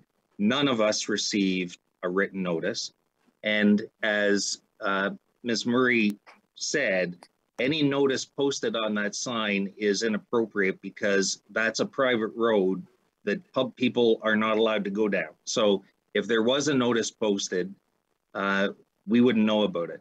To Mr. Nelson's question about whether we became aware of the meeting, we had a visit from the owner, Mr. Dadwar, who stopped by first time meeting him a week ago and said there is a process underway to get variances, 2 variances. He described them literally in one sentence, and that was the extent of it. And everything else was left to our own devices to try to sort this out. Well, I can't speak for Canada Post. I know that there are a lot of delays and so forth, but we do have the confirmation, as the Secretary Treasurer said, that the notices have been sent. So I'm at least glad that you're here and that we're able to get you the information that you need, and that their neighbors are willing to provide you with all the information. I'm just going through the checklist of the things that you brought up in terms of the trees. Is town staff ready to put up those pictures so that Mr. Nelson, I see Mr. Dadwar, you are the owner. Okay, go ahead, sir. I'll allow some leeway here. Go ahead. I appreciate that. So I just want to give a little bit of context on what my intent is. And I articulated this to Mr. Ashburn as well and the committee. My wife and I plan on living in that house ourselves personally for a long time. So we're building it for a view for us for a very long time. So I just want to give that context. The design of the house, we work with the town to actually make it fit in. We spent a lot of time and it wasn't just with Catherine, with a whole host of, like nearly every department I spent time with personally, going through and making sure everything was addressed. At the end of that process, we adhere to all of the bylaws there. There are 2 bylaws, 2 variances that we're looking to do. One is the dwelling depth underground. So if you imagine cold rooms, that's essentially what you're going to have under the patio area. So it's underground, part of the basement, where we can store equipment for the sump pumps and other things that the town has asked us to do to ensure that the stormwater stays on the property. So there's logic to what we've done there. And the other variance that we're asking for is really just having the garage, because it's a 3-car garage, having it a little bit deeper. And so they're the only 2 variances which I believe the town is supporting. The other questions that were asked around the driveway and items like that. The driveway is the existing driveway today. What we worked with the town was to say, okay, we're not going to increase the size. It conforms to the bylaw standards right now. And all we're doing is we're keeping the shape. And so we're trying to keep the look and feel of the house exactly the way it is now, as much as possible. And that's an existing driveway. So we're not expanding it. We're not doing anything. It's the existing driveway right now. So I just want to provide those points of clarification. And the reason why Ms. Buckerfield mentioned that she's had all the comments, we spent a long time addressing every single comment that came through and making sure that we adhered to what was required. So I'm just going through that. The site plan hasn't gone through yet. We're working through that. With regards to approaching Mr. Ashby, now during COVID, we were very careful on who we actually went out to. Very, very careful. The neighbors on Stones Lane, my neighbor to my left, 2316, and the neighbors down at the end of Stone Lane, they're all aware of what I was looking to do. I just didn't go and knock on people's doors because it wasn't something that you would do. And I lived in the house for over 12 months. We were living in the existing house. Okay, so we were careful. So that I'm trying to give you context on why I wasn't reaching out to everybody and saying, here's what's going on. Well, as conditions lifted, I did approach some of the neighbors. Mr. Ashburn, there was a couple of times I actually knocked a few times, but they weren't in. I finally met, and I travel for business quite a bit, so I'm not in the country sometimes. So when I did speak with Mr. Ashburn, and I did say to him, hey, here's what we're looking to do. At that, and then I gave him a number and I said, hey, call me if you have any concerns. He did have concerns. He has concerns about 2 trees that are close to the lot line. 100% is a boundary tree. And that one I said, you know what? Even though it's been declared like it, and I'm not sure if the hazardous is the right word, but it's a danger. So it's splitting in the middle, right? So I said, look, if it comes to it, if this tree is important to you, and he and I had a dialogue as well, I'm okay. We'll trim it down a bit and see what we can do to keep it, because it is a boundary tree, and I do not disagree with that. And I'm like, okay, we'll work through with that with you. So I had this, we've been going back and forward on this. The other tree is not a boundary tree, and we'll determine that through the appropriate process, and we'll get to the right conclusion, and we'll it'll either be a boundary tree or it won't be. It's pretty binary, and based on that, we'll take the appropriate action. So that's the process we're actually going through on that lot line. Now, with regards to the look and feel of the rear, and for some reason we can't see the rear of the house, there are no balconies you can step up to. It's essentially French doors that open inwards. That's all it is. There's nothing more than that. And we can easily take all these things out of context, but everything that we've done, we've actually worked very, very closely, and we've tried to make it look like a beautiful house. It's not like a box at all. So that I'm just trying to give you context of the process that we followed. And today, the things that my understanding was, it's not the site plan approval we're going through here, it's the 2 variances that's up for discussion. So I just want to, can we focus back on those 2 items? The other items that Mr. Ashbourne has raised, we can deal with that through the site plan process. And I appreciate your input, and that's exactly. And I'm sure Mr. Ashburn understands that. He prefaced that in his comments as well, that he understands that all of these things are to be handled. I've allowed you a little bit of leeway, both of you, so that you can be comfortable in knowing that these items will be taken care of. But essentially, you're both correct. We are here only for those 2 items of the variances, and it being the private garage, which I know has no impact on the exterior or on the public, as well as the dwelling depth, which we've now ascertained the reasoning behind and what below grade meant and the purposes for are.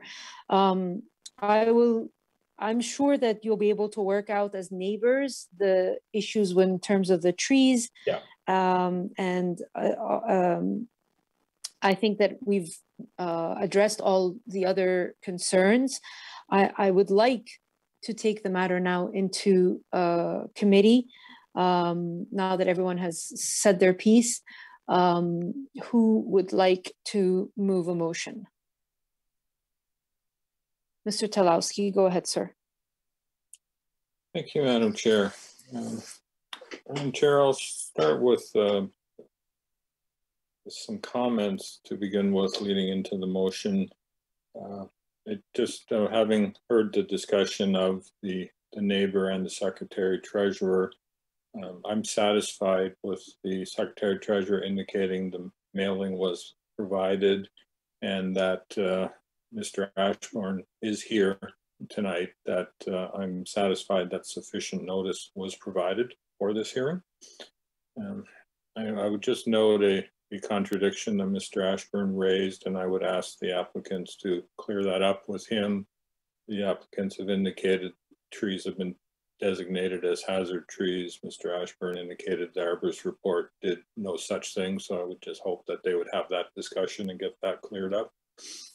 And Madam Chair, Mr. Ashburn did reference some of my earlier words on Ennisclair, so I think I'd like to speak to the difference that I see here between these applications. The Ennisclair application, while I agree, Mr. Ashburn, you can conclude that the styles of these two houses are very similar. The context, I believe, is very different. The Ennisclair house was looking for significant variance in size, height, and location, with no attempt to mitigate that. In the situation at hand here, we've got a house proposed that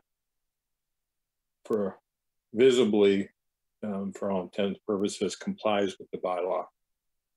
It meets the setbacks, it meets the floor area, it meets height. It's not looking for the similar types of variances. The two variances, one for the garage, which faces a private lane, the second, and just so I know this has been addressed, but let's just make this clear that on the surface, the variance for dwelling depth makes it appear that the dwelling is 3 to 4 meters deeper than it's permitted to be. The actual above grade dwelling complies again with the zoning bylaw, and it's just the underground portion under the back porch that's causing that variance. So, Madam Chair, with those comments, I am going to move approval of this application, finding that it meets the 4 tests of the Planning Act and that a number of items here can be addressed at the site plan stage. And I think I've referenced Mr. Ashburn's contributions to this as well, and hopefully will continue to be addressed.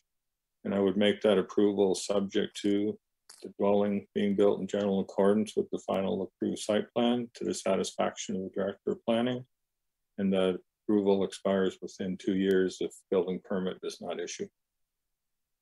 Very well, thank you, Mr. Talowski. Is there a discussion on this recommendation? I see none. All those in support? Okay, the application has been approved, none opposed. Thank you, Thank Madam you, Chair. gentlemen. Have a good Thank night. you. Good night. Thank Thank you. you. Thanks very much. Night. Application CAV 072 of 2022, and that is at 353 Seaton Drive. Again, application CAV 072 of 2022 at 353 Seaton Drive. If you're interested in speaking to this application, please call 905-815-6095, and staff will be standing by to take your call and provide you with further instructions to join the video conferencing.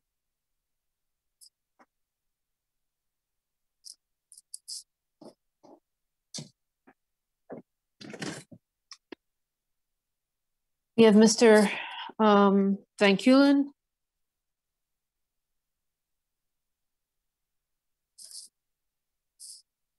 For this application? Yes, we do, Madam Chair. Hi guys, 1 second, sorry.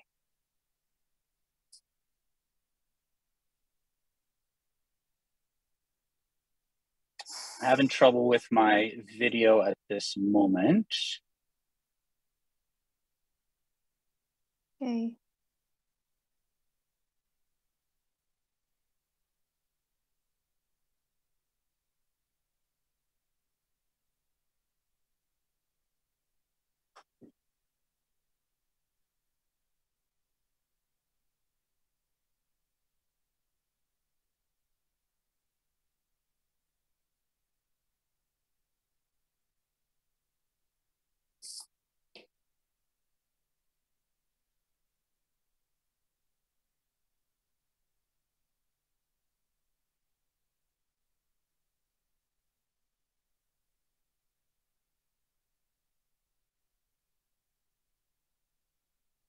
I guess we can start while you can put up the presentation.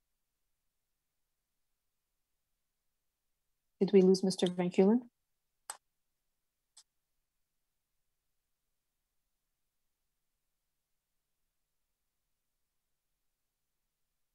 Mr. Van Kulen, are you still with us?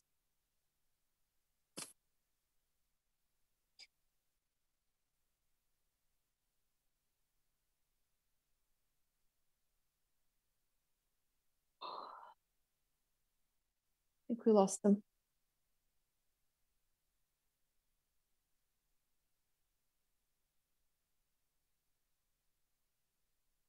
Hi guys, I apologize. Okay. Sorry about No that. problem. I'm on the road in between some meetings, so I apologize for that. Problem. So we've got your site plan up. You can speak to that. I know it's one variance, a minimum flankage. Correct, yes. So we're here before you seeking one minor variance. We have sought planning support prior to coming in front of you. We've worked with them to resolve all of their issues. And as you can see from their report, they have no further issues at all.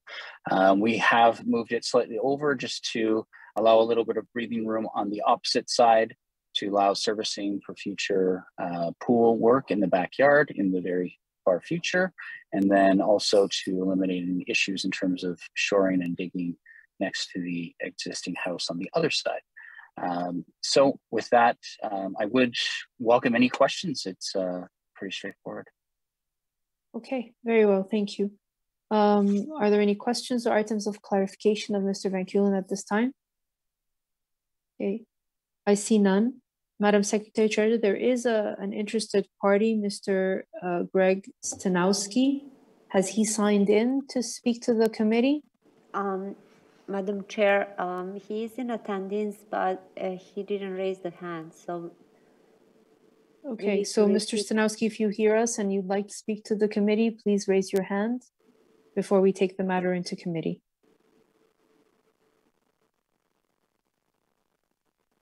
Have you, Mr. Van Kulen, spoken to the neighbors? Are you aware that there are some that are interested in? No, I was not aware that anyone was interested. We did have the owner talk to a couple of people, but in the area, no. Okay, very well. Have we heard from Mr. Stanowski? Not yet, Madam Chair. I'm just waiting if he wants to respond to.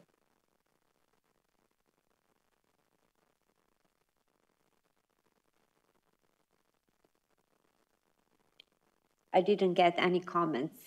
He was just requesting to attend the meeting, and I sent the link, so he's in attendance. Okay, very well. We'll take the matter into committee then. Who would like to move a motion? Ms. Murray, go ahead. Thank you, Madam Chair. Having conducted my site visit and reviewed the applicant's written submission, as well as the town's written staff report, which I know is in support of this application, I note that There were no comments in support or opposition, no written at this point in time.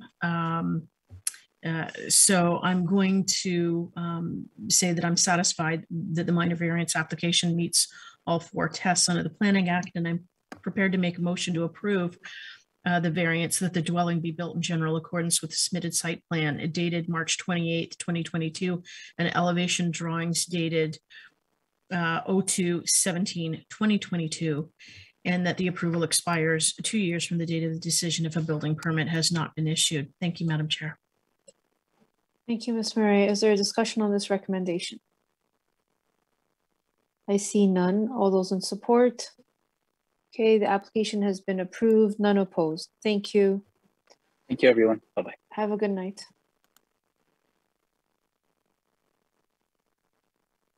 Okay, application CAV 073 of 2022 at 416 Seville Crescent. Again, it's application 073 of 2022 at 416 Seville Crescent. If you're interested in speaking to this application, please call 905-815-6095 and staff will be standing by to take your call and provide you with further instructions.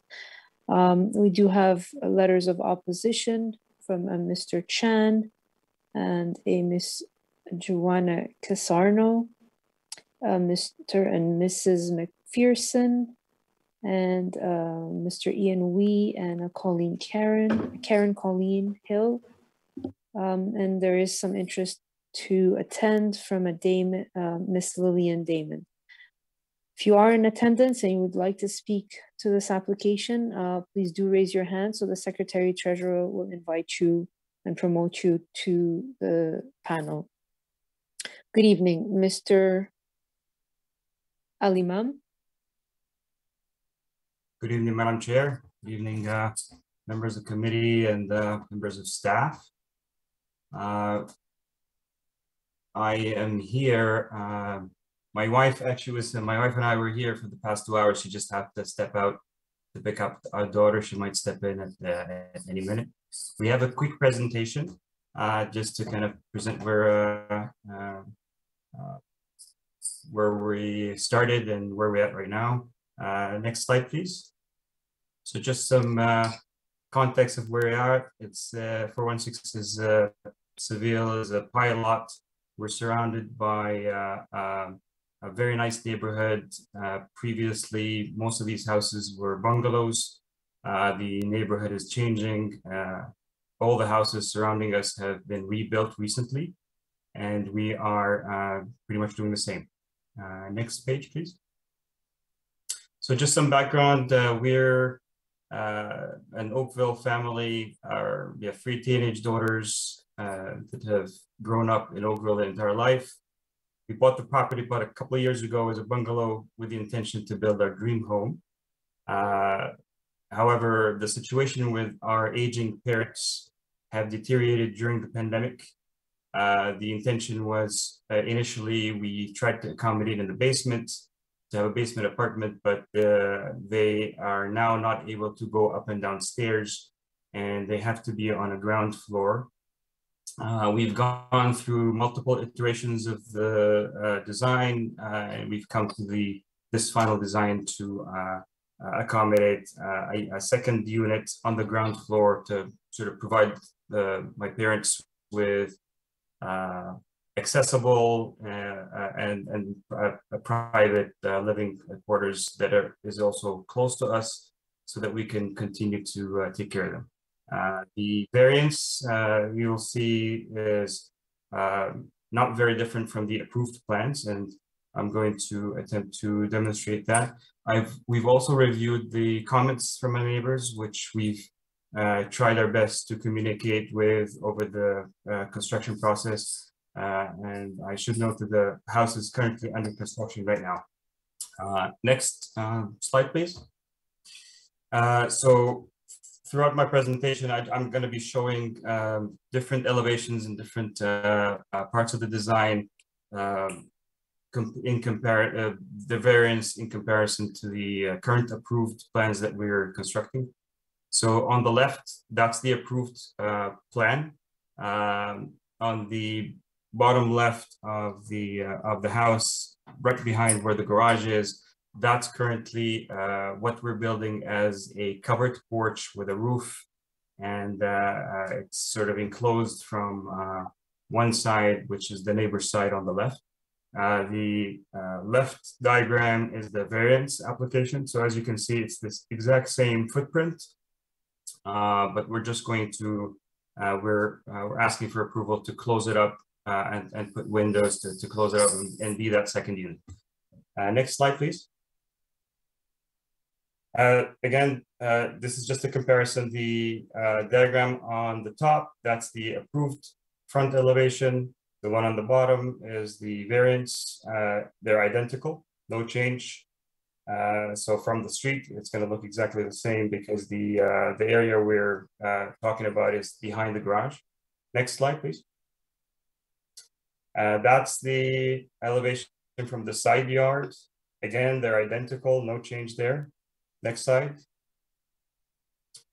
This is the elevation from the garage side, and that's where the area that we propose to enclose. The diagram on the top shows that the covered porch towards the right side is the backyard. So this is the sort of the side elevation. Towards the right side, that's the backyard. And that's the area that's going to be closed off. As you can see, it from the neighbor's side, it looks identical to the application. The only difference is we're going to be putting a door where there's an opening, and in that wall, behind which is the covered porch, we propose to put a window, which we're still debating whether to build that window or not, to provide privacy for us and for the neighbors. Next slide, please. This is the view from the backyard. So this would be the view from Ivan's house, our backyard neighbor. The top is the approved, which we're building. If you look at the left side, that's going to be a covered porch. It looks, it has the roof, it's got the walls. The difference between it and the diagram on the bottom is that we're going to put in a patio door and close it up. That's what we're requesting, to close that covered porch up. Next slide, please. I've seen the comments that came in from the neighbors. There were 3 letters.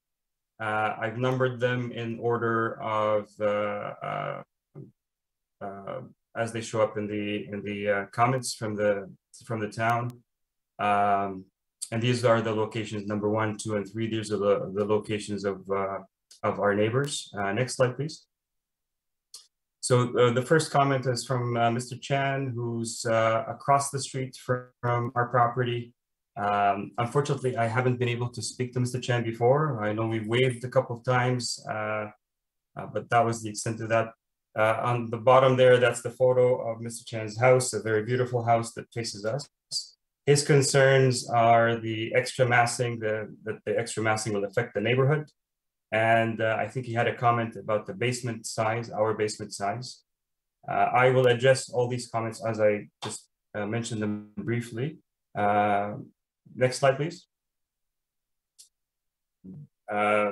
Comment 2 is from Ivan. Again, Ivan is our backyard neighbor. If you look at the top right photo, that shows where Ivan's house is. Ivan feels that the variance is already being built, and he kind of needs a little bit more clarification. I've been able to get in touch with Ivan recently, and I've explained that what we're building is actually the actual approved permitted drawings, which actually look almost identical to the in terms of framing to the variance application. There's almost no difference. The only difference is we're proposing to put a window there. Next slide, please. This is from Katie and John. Katie and John are our next door neighbors on the garage side. You can see their location from the top right photo there. Katie had a few comments there. One is that our variance application will alter the curb appeal of her lot, and that we will encroach on her house and decrease the lights. The third point is that we will decrease her property value. And next is that we'll cause water drainage issues, that this variance will cause water drainage issues. And the last one is she also feels that the variance is already being built. She actually provided that photo on the bottom left there, showing from, I think she took that from her side window there. That actually confirms that we're building it as per the permitted approved drawings, because that's exactly what it looks like in the approved drawings. The only difference is that opening there will be, there will be a door there instead of just an opening. Next slide, please. So I'm just going to go through this list real quick. These are the answers sort of to these, to the best of my knowledge. So the variance will not affect the massing. The building footprint and massing is identical to the approved design. The variance area is not even visible from the street. So that first comment from our neighbor to across the street, I would assure them that from what they can see, they would see an identical house, variance or no variance. Also, the variance will not affect the basement size, which is irrelevant to the application and is identical to the approved design, which is under construction currently. The current construction is as per the revised approved plans, which is almost identical to the variance, as I mentioned earlier. The variance will not affect the curb appeal. The variance will not encroach any more or less than the approved design. The variance will not decrease anyone's property value. In fact, it may possibly increase it by, I think some of the neighbors we've been chatting about, you know, as the neighborhood is being redeveloped, it increases sort of the value of the overall neighborhood. The variance will not cause any water drainage issues.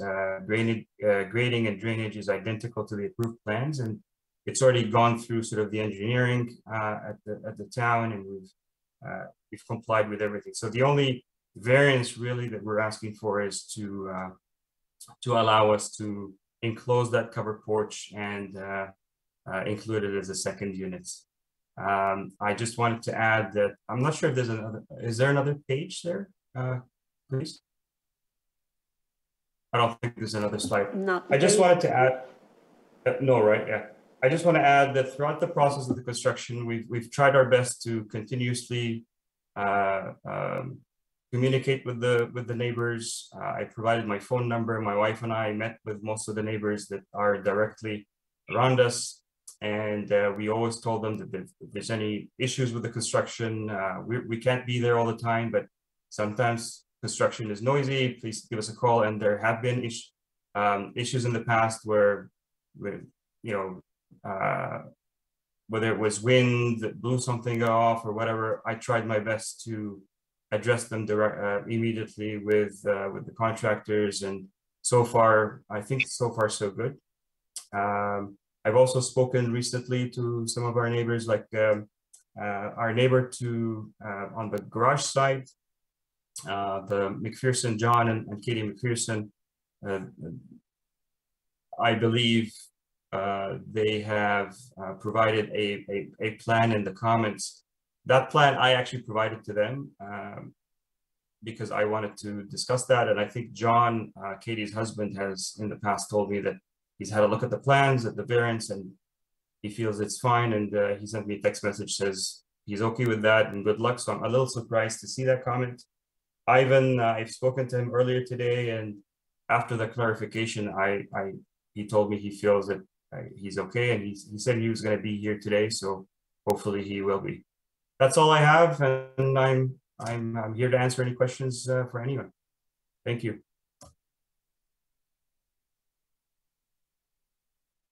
Thank you, Mr. Al-Imam. Are there any questions or items of clarification at this time? Okay, I see none. Madam Secretary, has anyone raised their hand in interest to speak to the application? Madam Chair, I see people who wrote the opposition, but nobody raised their hands. Okay. Well, we've had plenty of time for people to raise their hands. That speaks to your efforts, Mr. Elamam, and hopefully they've all appreciated your efforts and your explanations. If there are no items or questions of clarification, we can take the matter into committee. Who would like to move a motion? Mr. Hardcastle, go ahead, sir.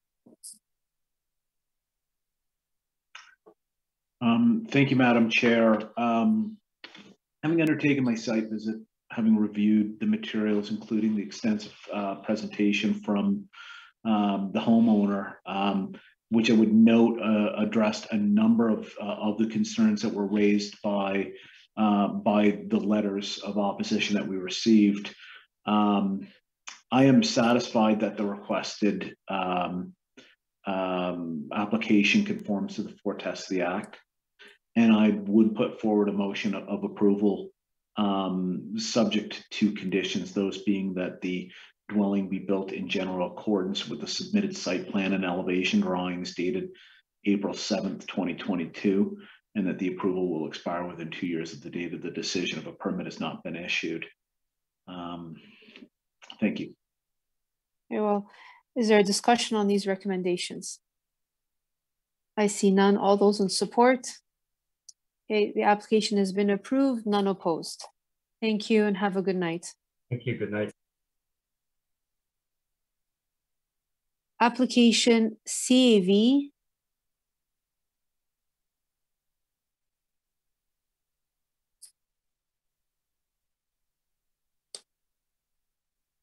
074 of 2022 at 181 Burgundy Drive. Again, this is application CAV 074 of 2022 at 181 Burgundy Drive. We have Mr. Giordano. Good evening, Madam Chair. Good evening, Mr. Giordano. Go ahead, sir. Committee members, Peter Giordano, David Small Designs, 1405 Cornwall Road in Oakville. Can I ask the moderator to go to my slide number 4, please, in this set of presentations? Right there, thank you. We're here today requesting your consideration on 4 variance items. I'm requesting item number 2 to be removed as it was recently determined by the zoning examiner to be in conformance and not requiring approval. So that'll be one change as I'm going through that I will mention again. So the subject property is a large lot, but wide and narrow. Slide number 4 provides a perspective on the existing footprint and what we're proposing. Next slide, please. This slide identifies the variance items as I will briefly summarize. Item number 1, number 1 in the circle, is the encroachment of the front overhang into the front yard. And it only happens in that one location where the arrow is pointing at, next to the number 1 in the circle. Item number 2, as previously mentioned, no longer on the list of variance items, so I'll skip through that one. Item number 3 is for garage area. It's a single garage door paired with a double door.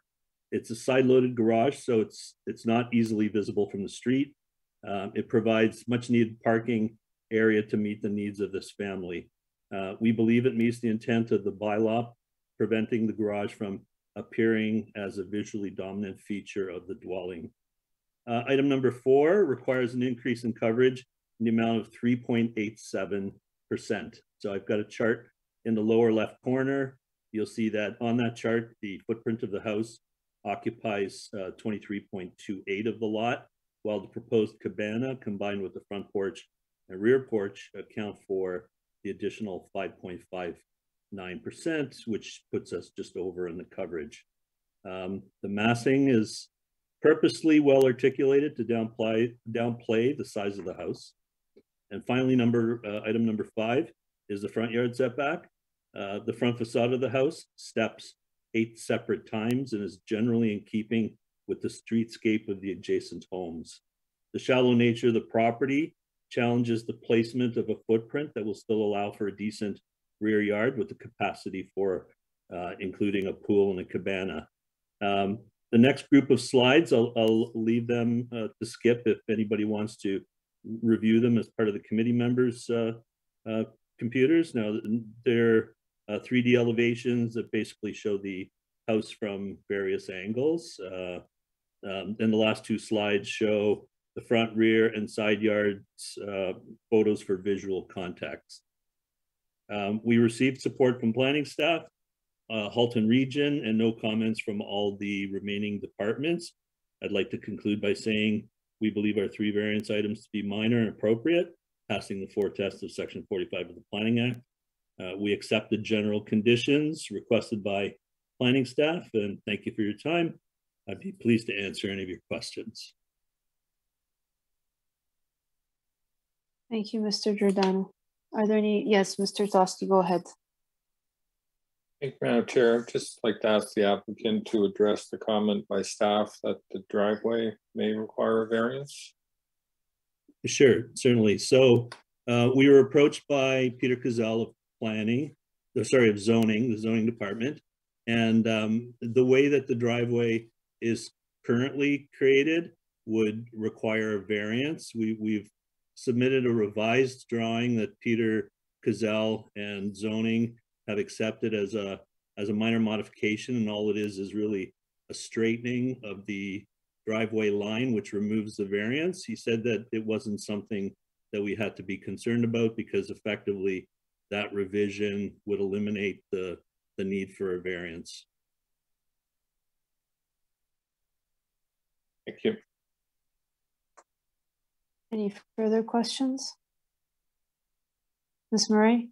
Just a quick technical one, Madam Chair, through you to town staff. I'm going to assume that the reason for the way the condition is written, general accordance with submitted site plan to the satisfaction of the Director of Planning, is based on 1 variance being removed and the driveway. If I could just get confirmation on that. Through you, Madam Chair, yes, that's correct. The site plan will be to the satisfaction of Director of Planning because we do want to review the proposed driveway from a planning perspective as well. Thank you. Very well, thank you.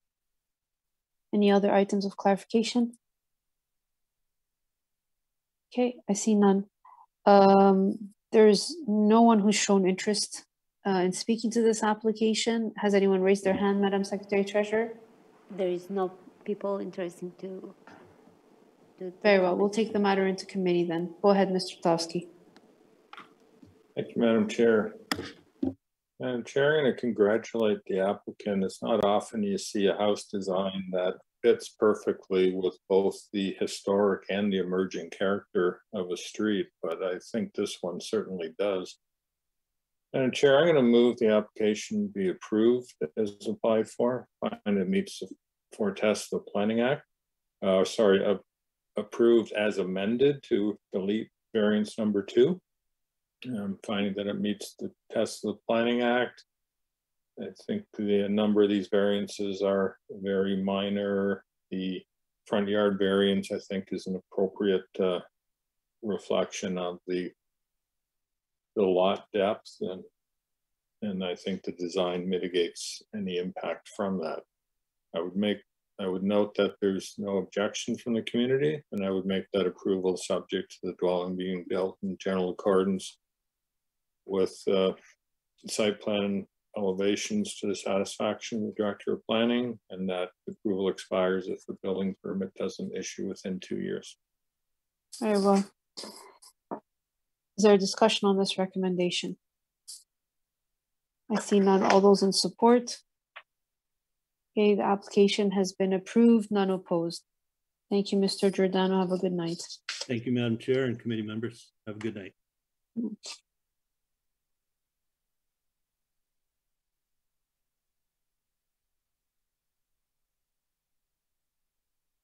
Okay, the last item on our agenda tonight is CAV 024 of 2022, deferred from March 8th of 2022 at 24 Colonial Crescent. Again, it's CAV 024 of 2022 at 24 Colonial Crescent. If there's anyone who's interested in speaking to this application, please call 905-815-6095 and staff will be standing by to take your call and provide you with further instructions. Do we have Mr. Demchek? Good evening, members of the committee. Good evening. Thank you. My name is Paul Demchek with Pretori Management. I'm the planner on behalf of the client for 24 Colonial Crescent. Next slide, please. So the subject application before the committee tonight has been modified since the previous deferral. There is only one variance being sought this evening, and that is for the proposed maximum dwelling depth, being an increase of 8.54 meters from the requirement of 20 meters in the zoning bylaw. Next slide, please. Just for the benefit of the committee, I'll provide a brief overview of the site plan of obviously where the proposal is at today, as well as some of the history of the file in terms of what specific revisions have been made since the previous deferral. So the proposed development comprises a 2-story, 4-bedroom single detached dwelling with an overall floor area of just about 609 square meters. The proposed detached dwelling would cover approximately 21.2% of the property, and the proposed height of the building is 9 meters. The dwelling has been located to fit appropriately on the subject site, meeting or exceeding all required building setbacks, and with a front yard setback that reflects that of adjacent properties. Given the curvature of Colonial Crescent at this portion of the street, there is obviously a variation that occurs in terms of, I would suggest, the setbacks that abut Colonial Crescent on this portion of the street. I will articulate this a little bit further in my presentation. The subject building has been sited to accommodate numerous existing trees located in the subject site, as well as with adjacent properties. I will like to go actually to the next slide, please. So this is the flankage elevation, which basically acts as almost one of the frontages of the home. You can see it's articulated with a number of inundations, materials, roof line, and proportions to ensure compatibility, both on Colonial Crescent, which is found with many executive homes within the immediate neighborhood. Next slide, please. This is the front elevation. It says flankage, but it is the front elevation. You can see as well, the design has been broken up by a number of, again, building inundations and varied roof heights, just to essentially break up the massing. Next slide, please. This is the south elevation. Next slide, please. And the north elevation. Again, the only variance is for the dwelling depth, which only applies to the northern wing of the dwelling. I would like to take the committee to the next slide.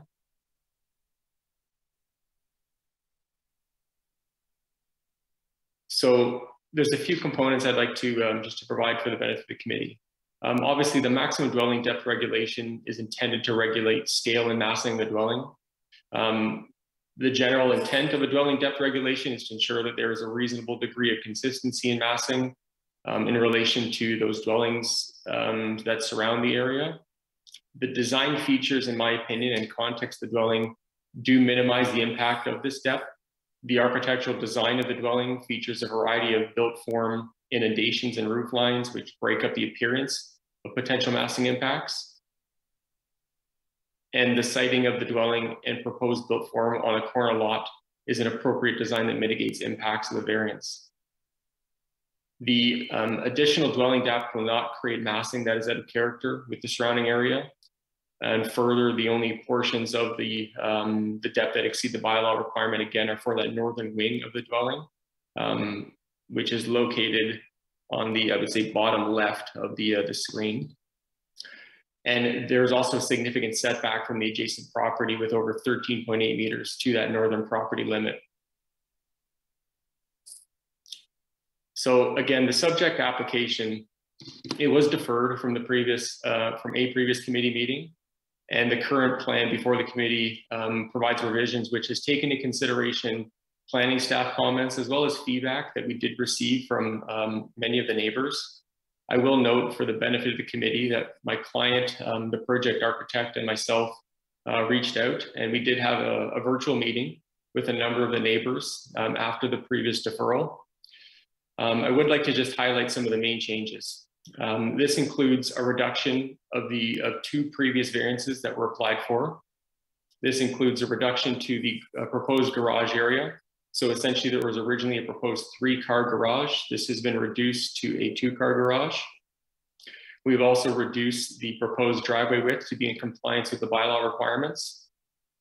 There's an improved flankage setback, which it retains additional trees on the flankage yard from what was previously proposed.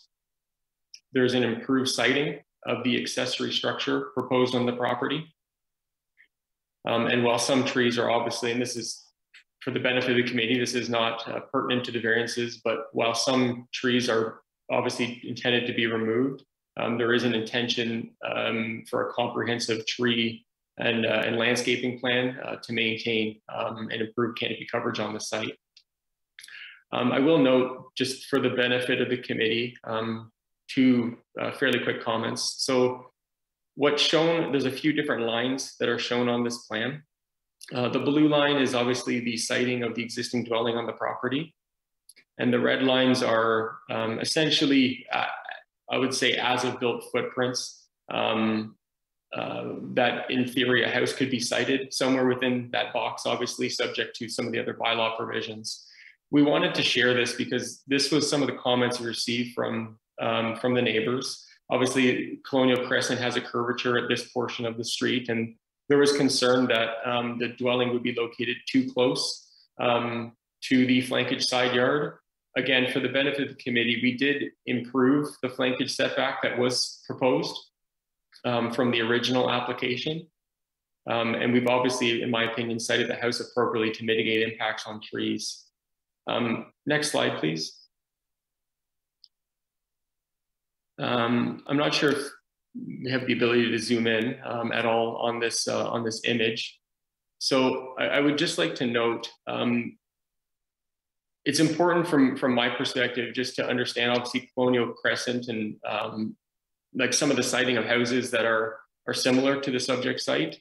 So my client's property is at 24 Colonial, and we are on the one corner lot. The other corner lot just to the northeast of my client's property, which is located at 42 Colonial Crescent, is obviously another corner lot. And I would suggest before the committee that it actually has a very similar flankage setback to what we are proposing. So my client is proposing an 8.9 meter flankage side yard setback, and 42 Colonial Crescent has approximately a 7 meter flankage side yard setback for a portion of the dwelling. The majority of, again, this dwelling has been designed with a number of inundations in the built form. The majority of the setback is greater than 8.9 meters, but that is the shortest component. Next slide, please. Just for the benefit of committee, again, this is an image of that flankage, a rendering, sorry, of that flankage side yard. It doesn't show all the existing trees and some of the trees that are intended, obviously, to be maintained, but it just does give a visual representation of the architecture and what the home is intended to look like. Next slide, please. So I would like to obviously present before the committee the proposed variances are in keeping with the purpose and intent of the official plan and zoning bylaw. In my opinion, are considered minor in nature and appropriate and desirable for the desirable development for the area. In my opinion, obviously, it satisfies the 4 tests. We've obviously read the staff report from the town. We are in agreement with the comments and conditions that have been recommended. But I'm before the committee this evening. We'd be happy to answer and assist with any questions. Thank you very much. Thank you, Mr. Demchak. Who would like to ask questions or items of clarification, if any? Okay, I see none. Madam Secretary Treasurer, has anyone from the interested parties raised their hand to speak to the committee?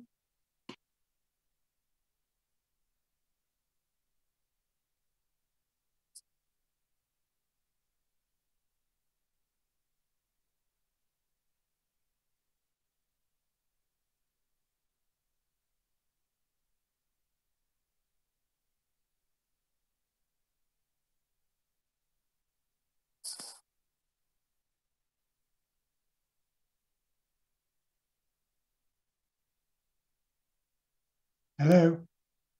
Hello, Mr. Heersink? Yes. Hello. Sorry, it's Mr. Heersink. I will be the first. You'll see you have a number of neighbors joining this discussion, so I'll be brief. I do want to thank the prospective owners of meeting with us to hear our concerns. But just to clarify, I don't think any of us had concerns with the garage or the driveway that they adjusted.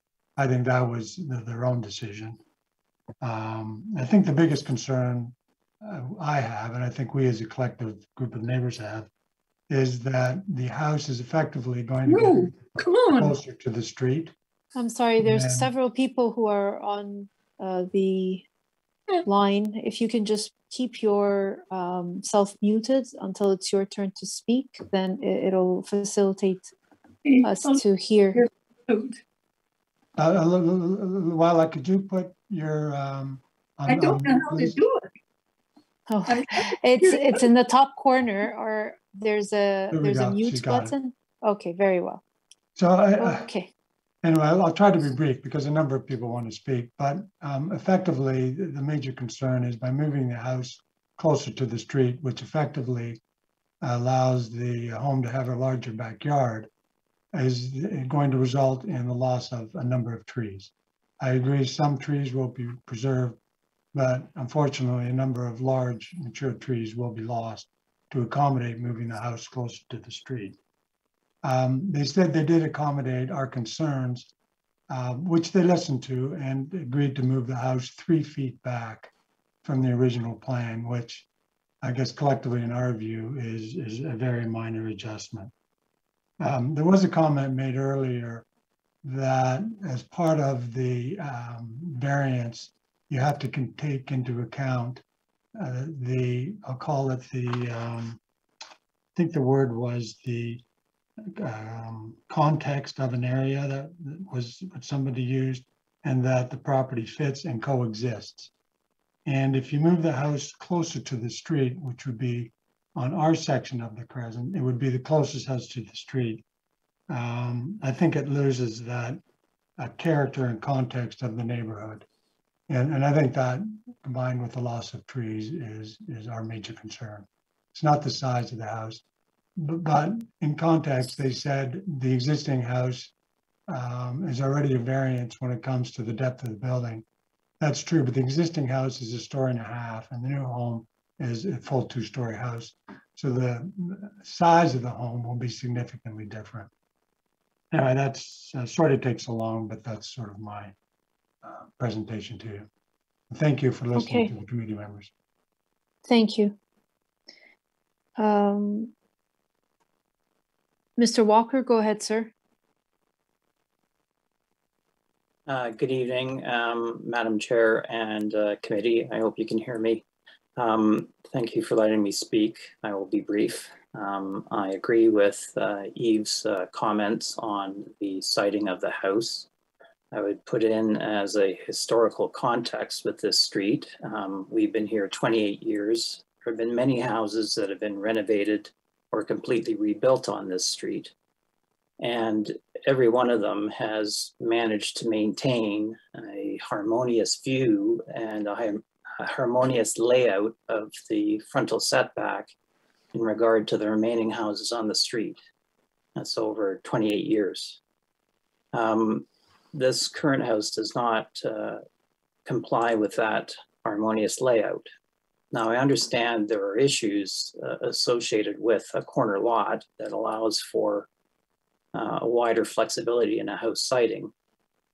And I know the presenting planner cited the other inside corner house as being closer to the street. However, the other corner house in question is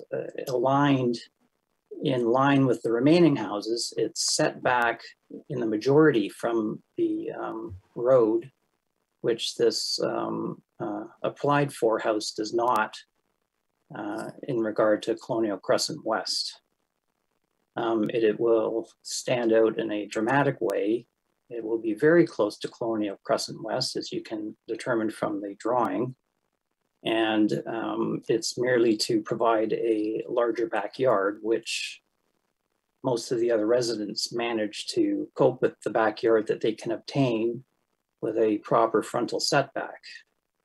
This was upheld in the house on the opposite outside corner lot facing this property a number of years ago, and the committee upheld the frontal setback. So in regard to the what is called flank frontage, and I noticed that the planner had a mix-up on the flank and the frontage. Clearly the flank frontage looks like the front of a house. It's going to be very close to the street, being a white house of double story. It's going to stand out like a sore thumb. And I would please encourage the committee to take this into regard and to deny this application to move this house closer to Colonial Crescent West. Thank you. Thank you, Mr. Walker.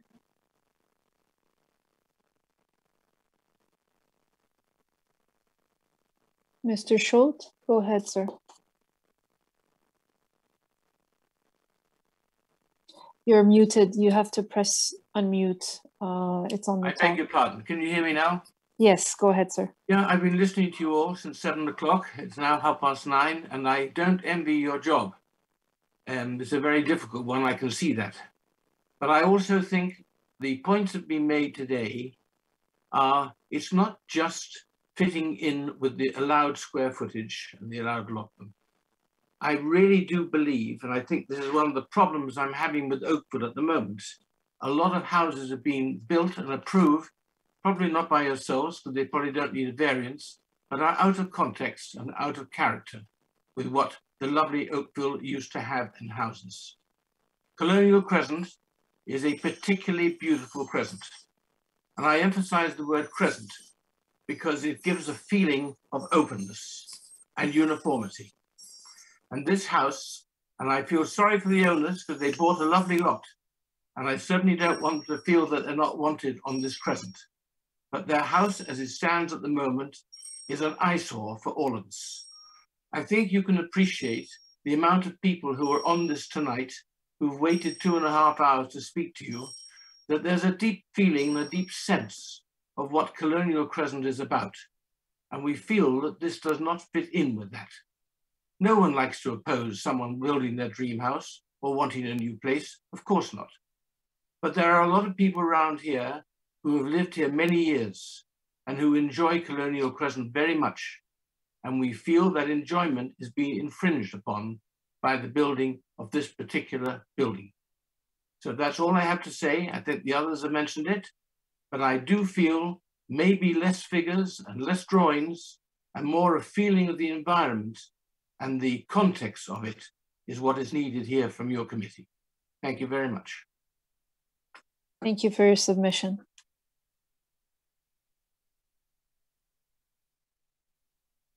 Do we still have others? Mr. Wilk, go ahead.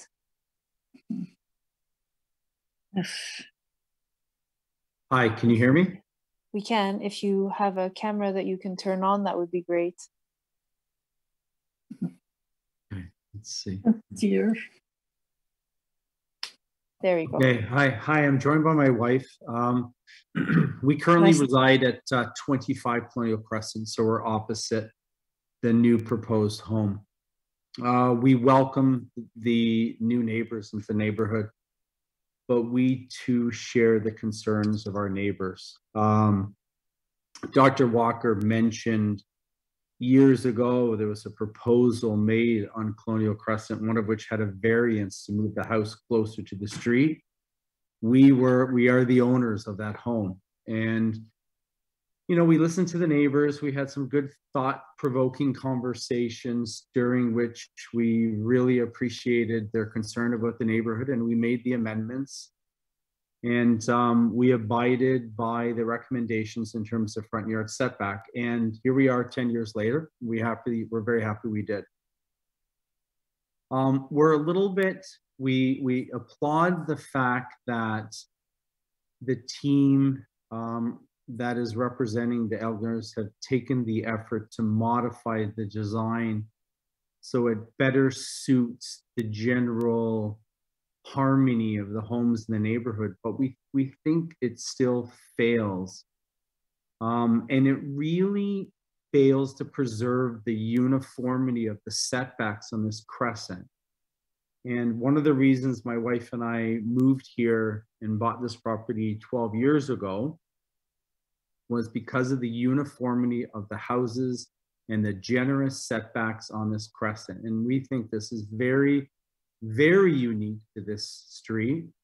And we think it's an absolute shame that compromising that will also result in the removal of many, many healthy trees. So we respectfully request that the committee deny the proposal. I think there still needs to be work that has to be done. And the one last thing I'd like to say is that the two areas of the home that have been modified to reduce the setback by 3 feet, unfortunately, are the parts of the home that are a full 2 stories of the projection. So I don't know if that's going to mitigate the negative impact of reducing the setback. So respectfully, we would like the committee to deny the proposal. Thank you. Okay, thank you. I'm just I don't know how to do this. It's okay. Who is next? Oh dear. Can you try the top of your corner of your screen, and there's a small camera and there's a small microphone that you can press on. Okay. Andy, are you going to speak? Microphone. Well, we can hear you, so it's okay. Who am I speaking to?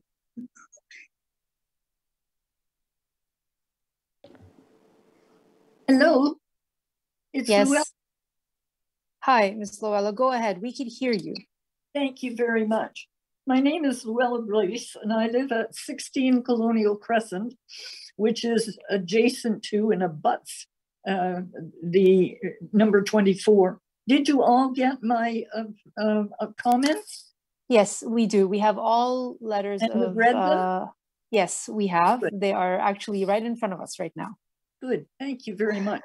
The reason I wanted to speak tonight is because I only saw the battery thing today and I read it. Didn't think I could get into it because the print was so small. I have lived here for 36 years. So I am probably the oldest resident on the Crescent and the one who's lived here the longest and seen the most changes. What I found very interesting in the battery thing was that it gave the planning conclusions about it and comments on the variances. The variance that I'm objecting to, as you know, is the proximity of the pool house, which variance, they meet that variance because it's 2 or 3 feet and they've added an extra foot. But as you know, a foot inside can mean a lot. Outside, it really doesn't amount more to than a period at the end of the street. So I think you might be looking at the wrong application. The application that's before us is actually just requesting a maximum dwelling depth of 28.54 meters. Excuse me. You were correct. they have approved, the variance didn't come into this because it was there within compliance, they think. What I'm going to try to prove to you tonight is that it actually is not in compliance, because the livable Oakville plan number 1.9, which is it now?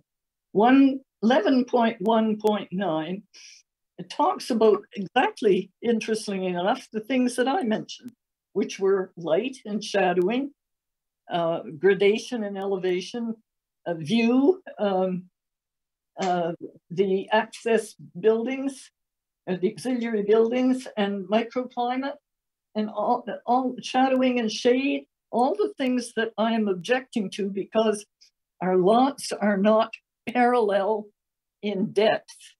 So where they are putting their pool, which doesn't really show on the little aerial map, as well as the one that just had the mock-ups of houses, it will just be when you come down the side of my house and open my gate, what you will see is this giant 14-foot by high by whatever width wall with a chimney going up it.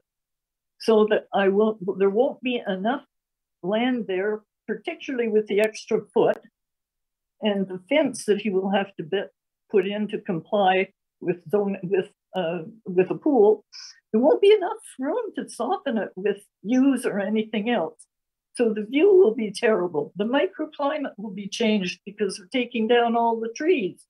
All these things fit together. I've put them into my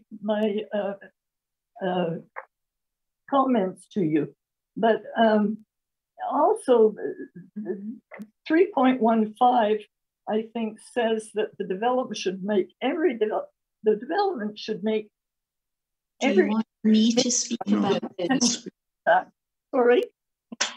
Are you sure? We understand your comments, and we've taken note of them. Yeah, thank you for your submission. Thank you very much. But what I'm trying to do now is that's you. Don't want to just the spirit of There's someone else on the line. Is there someone there with you, Miss Lula? No, there's no one here with me. Okay, so I apologize. We've got some interference. There are other people who are still on the line that are talking at the same time. Yes. Okay, go ahead. I wanted to say that the spirit of the Living Oakville plan was that you were to look at the spirit of the variance, not just the mathematical lines. I mean, there's people on both sides of the lines. And as Dick Schulte said, I don't envy you either, because not only do you have to make a decision, but presumably you have to be fair to both sides. And the fact that this will affect my privacy greatly in terms of not too much privacy, I mean too much privacy rather than lack of privacy. And that affects safety. And safety, I think, is one of the first things that any government looks at for their citizens, is they have to keep them safe, and their health, their well-being is important too. So I don't have that many more years to live here, and I was hoping that I would be able to live without having my health compromised, my view compromised, everything compromised by this. And I want to suggest, because Neil reached out to me today, but he didn't mention the pool house particularly. I pointed out in my return email to him that one of the things the town is supposed to do is to suggest that new bills kind of work into what is already there. If they don't, I don't know how to describe this. What I'm trying to say is that if they move the pool house over to the north flankage side, right up against the edge, and put the pool in front of it, which is more or less where the last one was, that far from me, they would then be able to see it from the kitchen which to me would be a big advantage with 2 little children. And it might also be very important should they sell the house to the next people moving in. So there's a safety advantage to moving it. And also it would certainly solve a lot of the problems for me. So thank you very much for listening. I do hope that my points will be looked at, and thank you very much. Thank you. You got a big job. Is there anyone else that's there? I think I... Start video. Start video? Yeah. Okay. Hi, good evening. Good evening. My name is Andrew Mann. I'm with my wife Irene, and we have lived at 17 Colonial across the street from the subject property for 33 years. And we've had quite a lengthy evening, and I won't delay you much more. I think what has to be reckoned here is that the property that exists on the site right now, the existing house, is not much different from the actual footprint of the proposed new house. The difference that really happens, and it's the issue I think that's shared with many of the neighbours, is the fact that about 40 or 45% of the new residence is being pushed forward towards the West Crescent. And it's causing the building to be dominant and also completely out of line on the street. The streetscape is being destroyed, and this will be obstructive. It's a 2-story structure, it's white, and it's coming way out of line from the rest of the property and the rest of the street. It is not in compliance with the streetscape that we enjoy.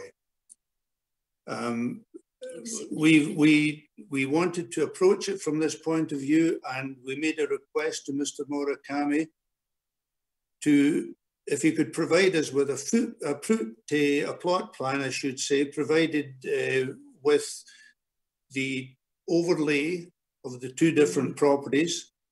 Unfortunately, this has not been provided, sadly.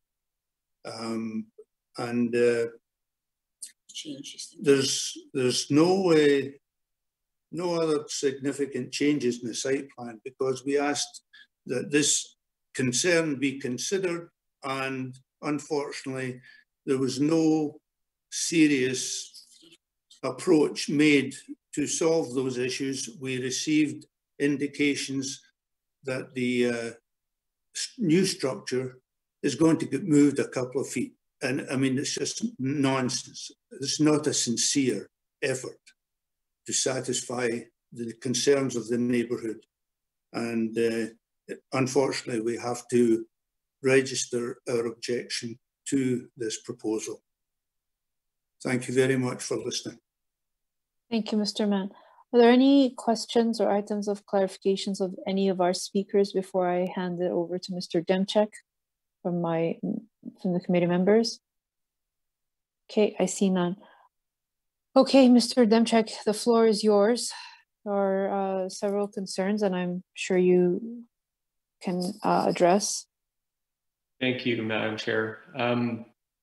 So we did hear both at our meeting that we held with a number of the neighbors, and as well as this evening, a number of these concerns. Obviously, just my brief summary is, a number of potential loss of trees, obviously the context of the area and the uniqueness of Colonial Crescent, concerns about negatively impacting the character of the street, the siting of the house, the harmonious views and setbacks, and concerns that the house will stand out. Obviously, some particular neighbors have concerns of light and shadowing and microclimate impacts, and concerns mainly obviously with the change to the street. Obviously, any new dwelling is going to change and potentially modify a streetscape and what that character potentially looks like. I would like to flag, again, for the committee that we are not seeking any variances this evening to the flankage side yard setback. or any other built form standard within the zoning bylaw. In my opinion, the house will be compatible with the executive style, design, and architecture of the neighborhood, and Colonial Crescent in particular. Just as it relates to light and shadowing concerns, again, I will note we have a 13.8 meter setback from the property limit to the north, from the that northern wing on the proposed dwelling. I will also note, just in terms of microclimate and conditions of the site still has to go through a DESP process, which is essentially to ensure that we do not negatively impact grading, drainage, and importantly, our arborist report will have to be reviewed and approved by the town arborists before obviously any trees are approved to be potentially removed. I don't have any other comments at this time, but I'm happy to answer any questions by the committee. Thank you. Thank you, Mr. Demchuk. Any questions or items of clarification? Okay, Mr. Talowski, go ahead, sir. Thank you, Madam Chair. Mr. Demchuk, I fear that regardless of decision tonight, this issue is going to get resolved at the Ontario Land Tribunal. But I fully appreciate that the concerns that are being raised by the residents about the proximity of the street is not the variance that you're seeking. One could argue that the variance you're seeking is what's pushing the house to the street, and therefore they are related. And again, I recognize that need is not a fifth test, but why is this necessary? It just seems that the removal of a breezeway and the relocation of a covered terrace would allow the house to be pushed back a little bit and make everybody happy. I think I recognize, as I said, what the residents are raising is not directly attributed to the variance, but I think from what we've heard, I think they deserve to understand what is driving this that is upsetting them so much. Thank you for Mr. Tleskey. Thank you for the comment. Through you, Madam Chair. The siting of the house is obviously important from my client's perspective for a number of reasons. The existing siting of the dwelling and how I don't want to interrupt you. If town staff can bring up the site plan where you see both existing and future, I think that would help when you're speaking. Sure. If they could pull it up, then for the benefit of the neighbors. Yes, sorry, go ahead. This slide right here. Yeah. Thank you. Okay, please keep yourself muted so that the speaker can be able to deliver his points. Thank you. Go ahead. Through you, Madam Chair, the siting of the house is obviously quite important to my clients for a number of reasons. Essentially, from their perspective, to accommodate an adequate private amenity space in the backyard, they do seek to change the location of the existing or the proposed dwelling to be better situated on the site. From my perspective, it's always a balancing act. What we're trying to do is accommodate what we believe is a reasonably sized and well-articulated dwelling on the property, while obviously trying to mitigate impacts from a streetscape perspective, to mitigate impacts on trees. Again, I had mentioned that we did shift the building back, albeit a meter. It does save 2 additional trees that were not originally contemplated in the design. So this proposal obviously creates a better layout from my client's perspective in terms of the built form and design of the house on the subject property. And again, in my opinion, from a planning perspective, I do believe that it's appropriately sited relative to other houses within the neighborhood and on Colonial Crescent.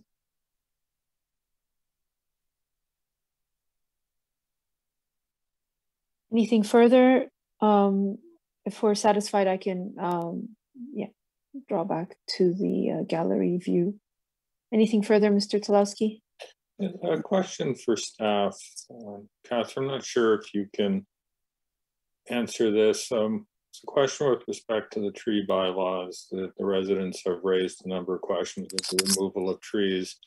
Is the tree bylaw a matter of applying and paying compensation, or can an applicant be denied the ability to cut down a tree?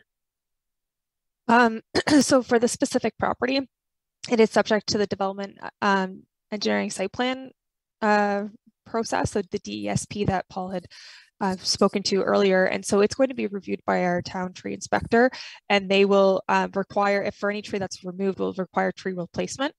So that will be reviewed, and there would be securities captured for those trees, and they would have to get approval through the development engineering site plan prior to receiving a building permit. So that's what would apply to this specific property. Yeah.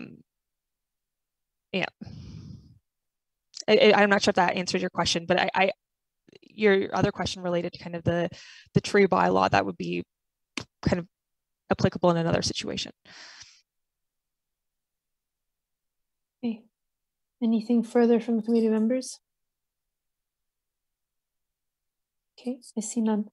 Let's take the matter into committee, having heard all of these submissions. Ms. Murray, did you have a question, or would you like to move a motion? No, I would like to, I have an idea. It may not go over, but Madam Chair, if I may, it appears that the owner is online and listening. Perhaps he'd like to address his neighbors, given the opportunity. Just an idea. To Madam Chair, I do see the owner, but he didn't raise the hand to speak. Mr. Demchek, do you think your client has any interest in addressing the neighbors? I know my client is quite amenable to, obviously we've reached out to the neighbors, but I'm not sure. I don't know for sure. My apologies. Okay, thank you. Let's take the matter into committee. Who would like to move a motion? I'll give you a minute.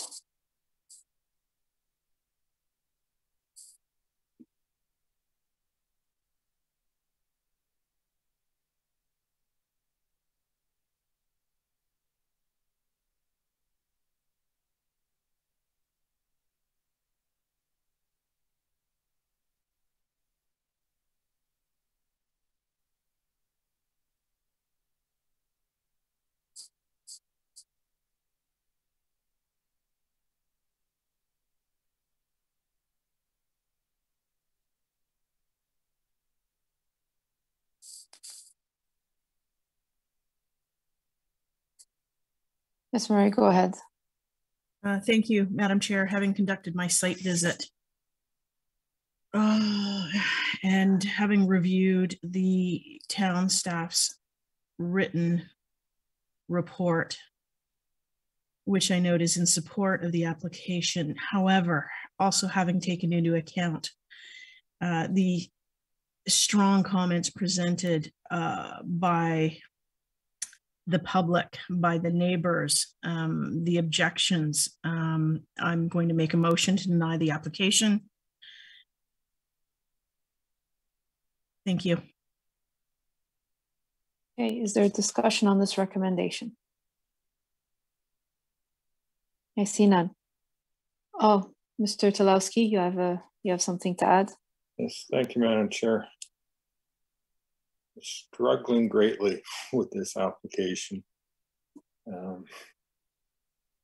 I do feel the variance that's being requested is related to the concerns being raised by the community, and that it's pushing, the design is being partially responsible for pushing the house forward, which again is not a variance, but it is completely out of character with every other house on the street when you look at it from an aerial view.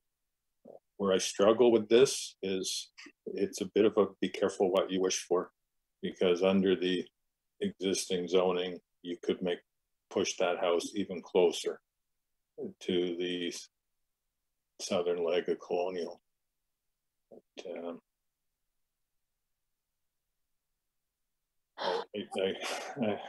as I said, I think regardless if we approve it, the neighbors are going to appeal it. If we deny it, the applicant's going to appeal it. And this won't be the last hearing that this property gets.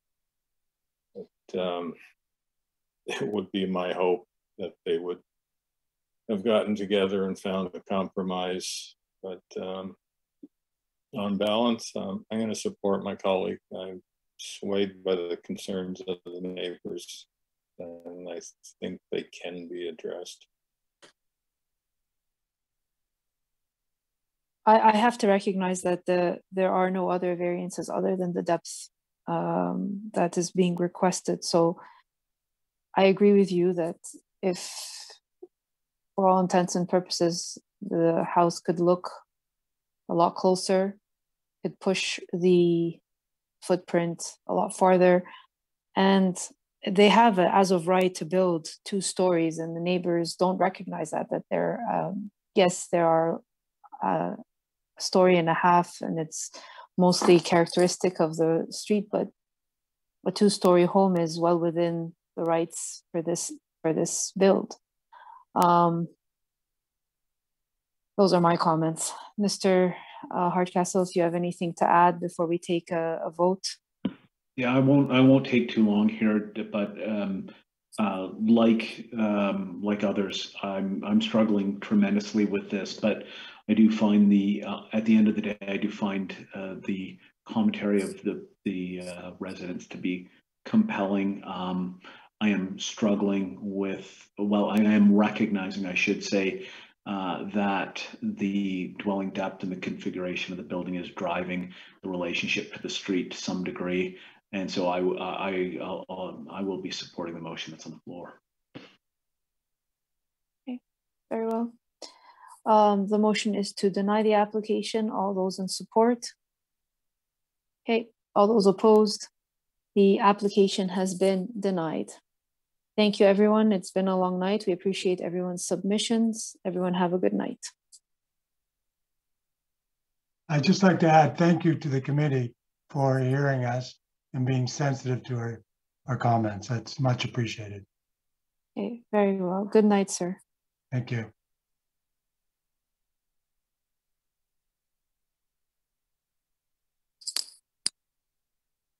We have minutes to confirm for April the 19th.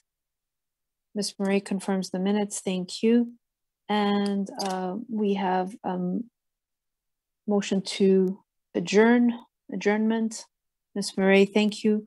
We are adjourned at 9:58 p.m. The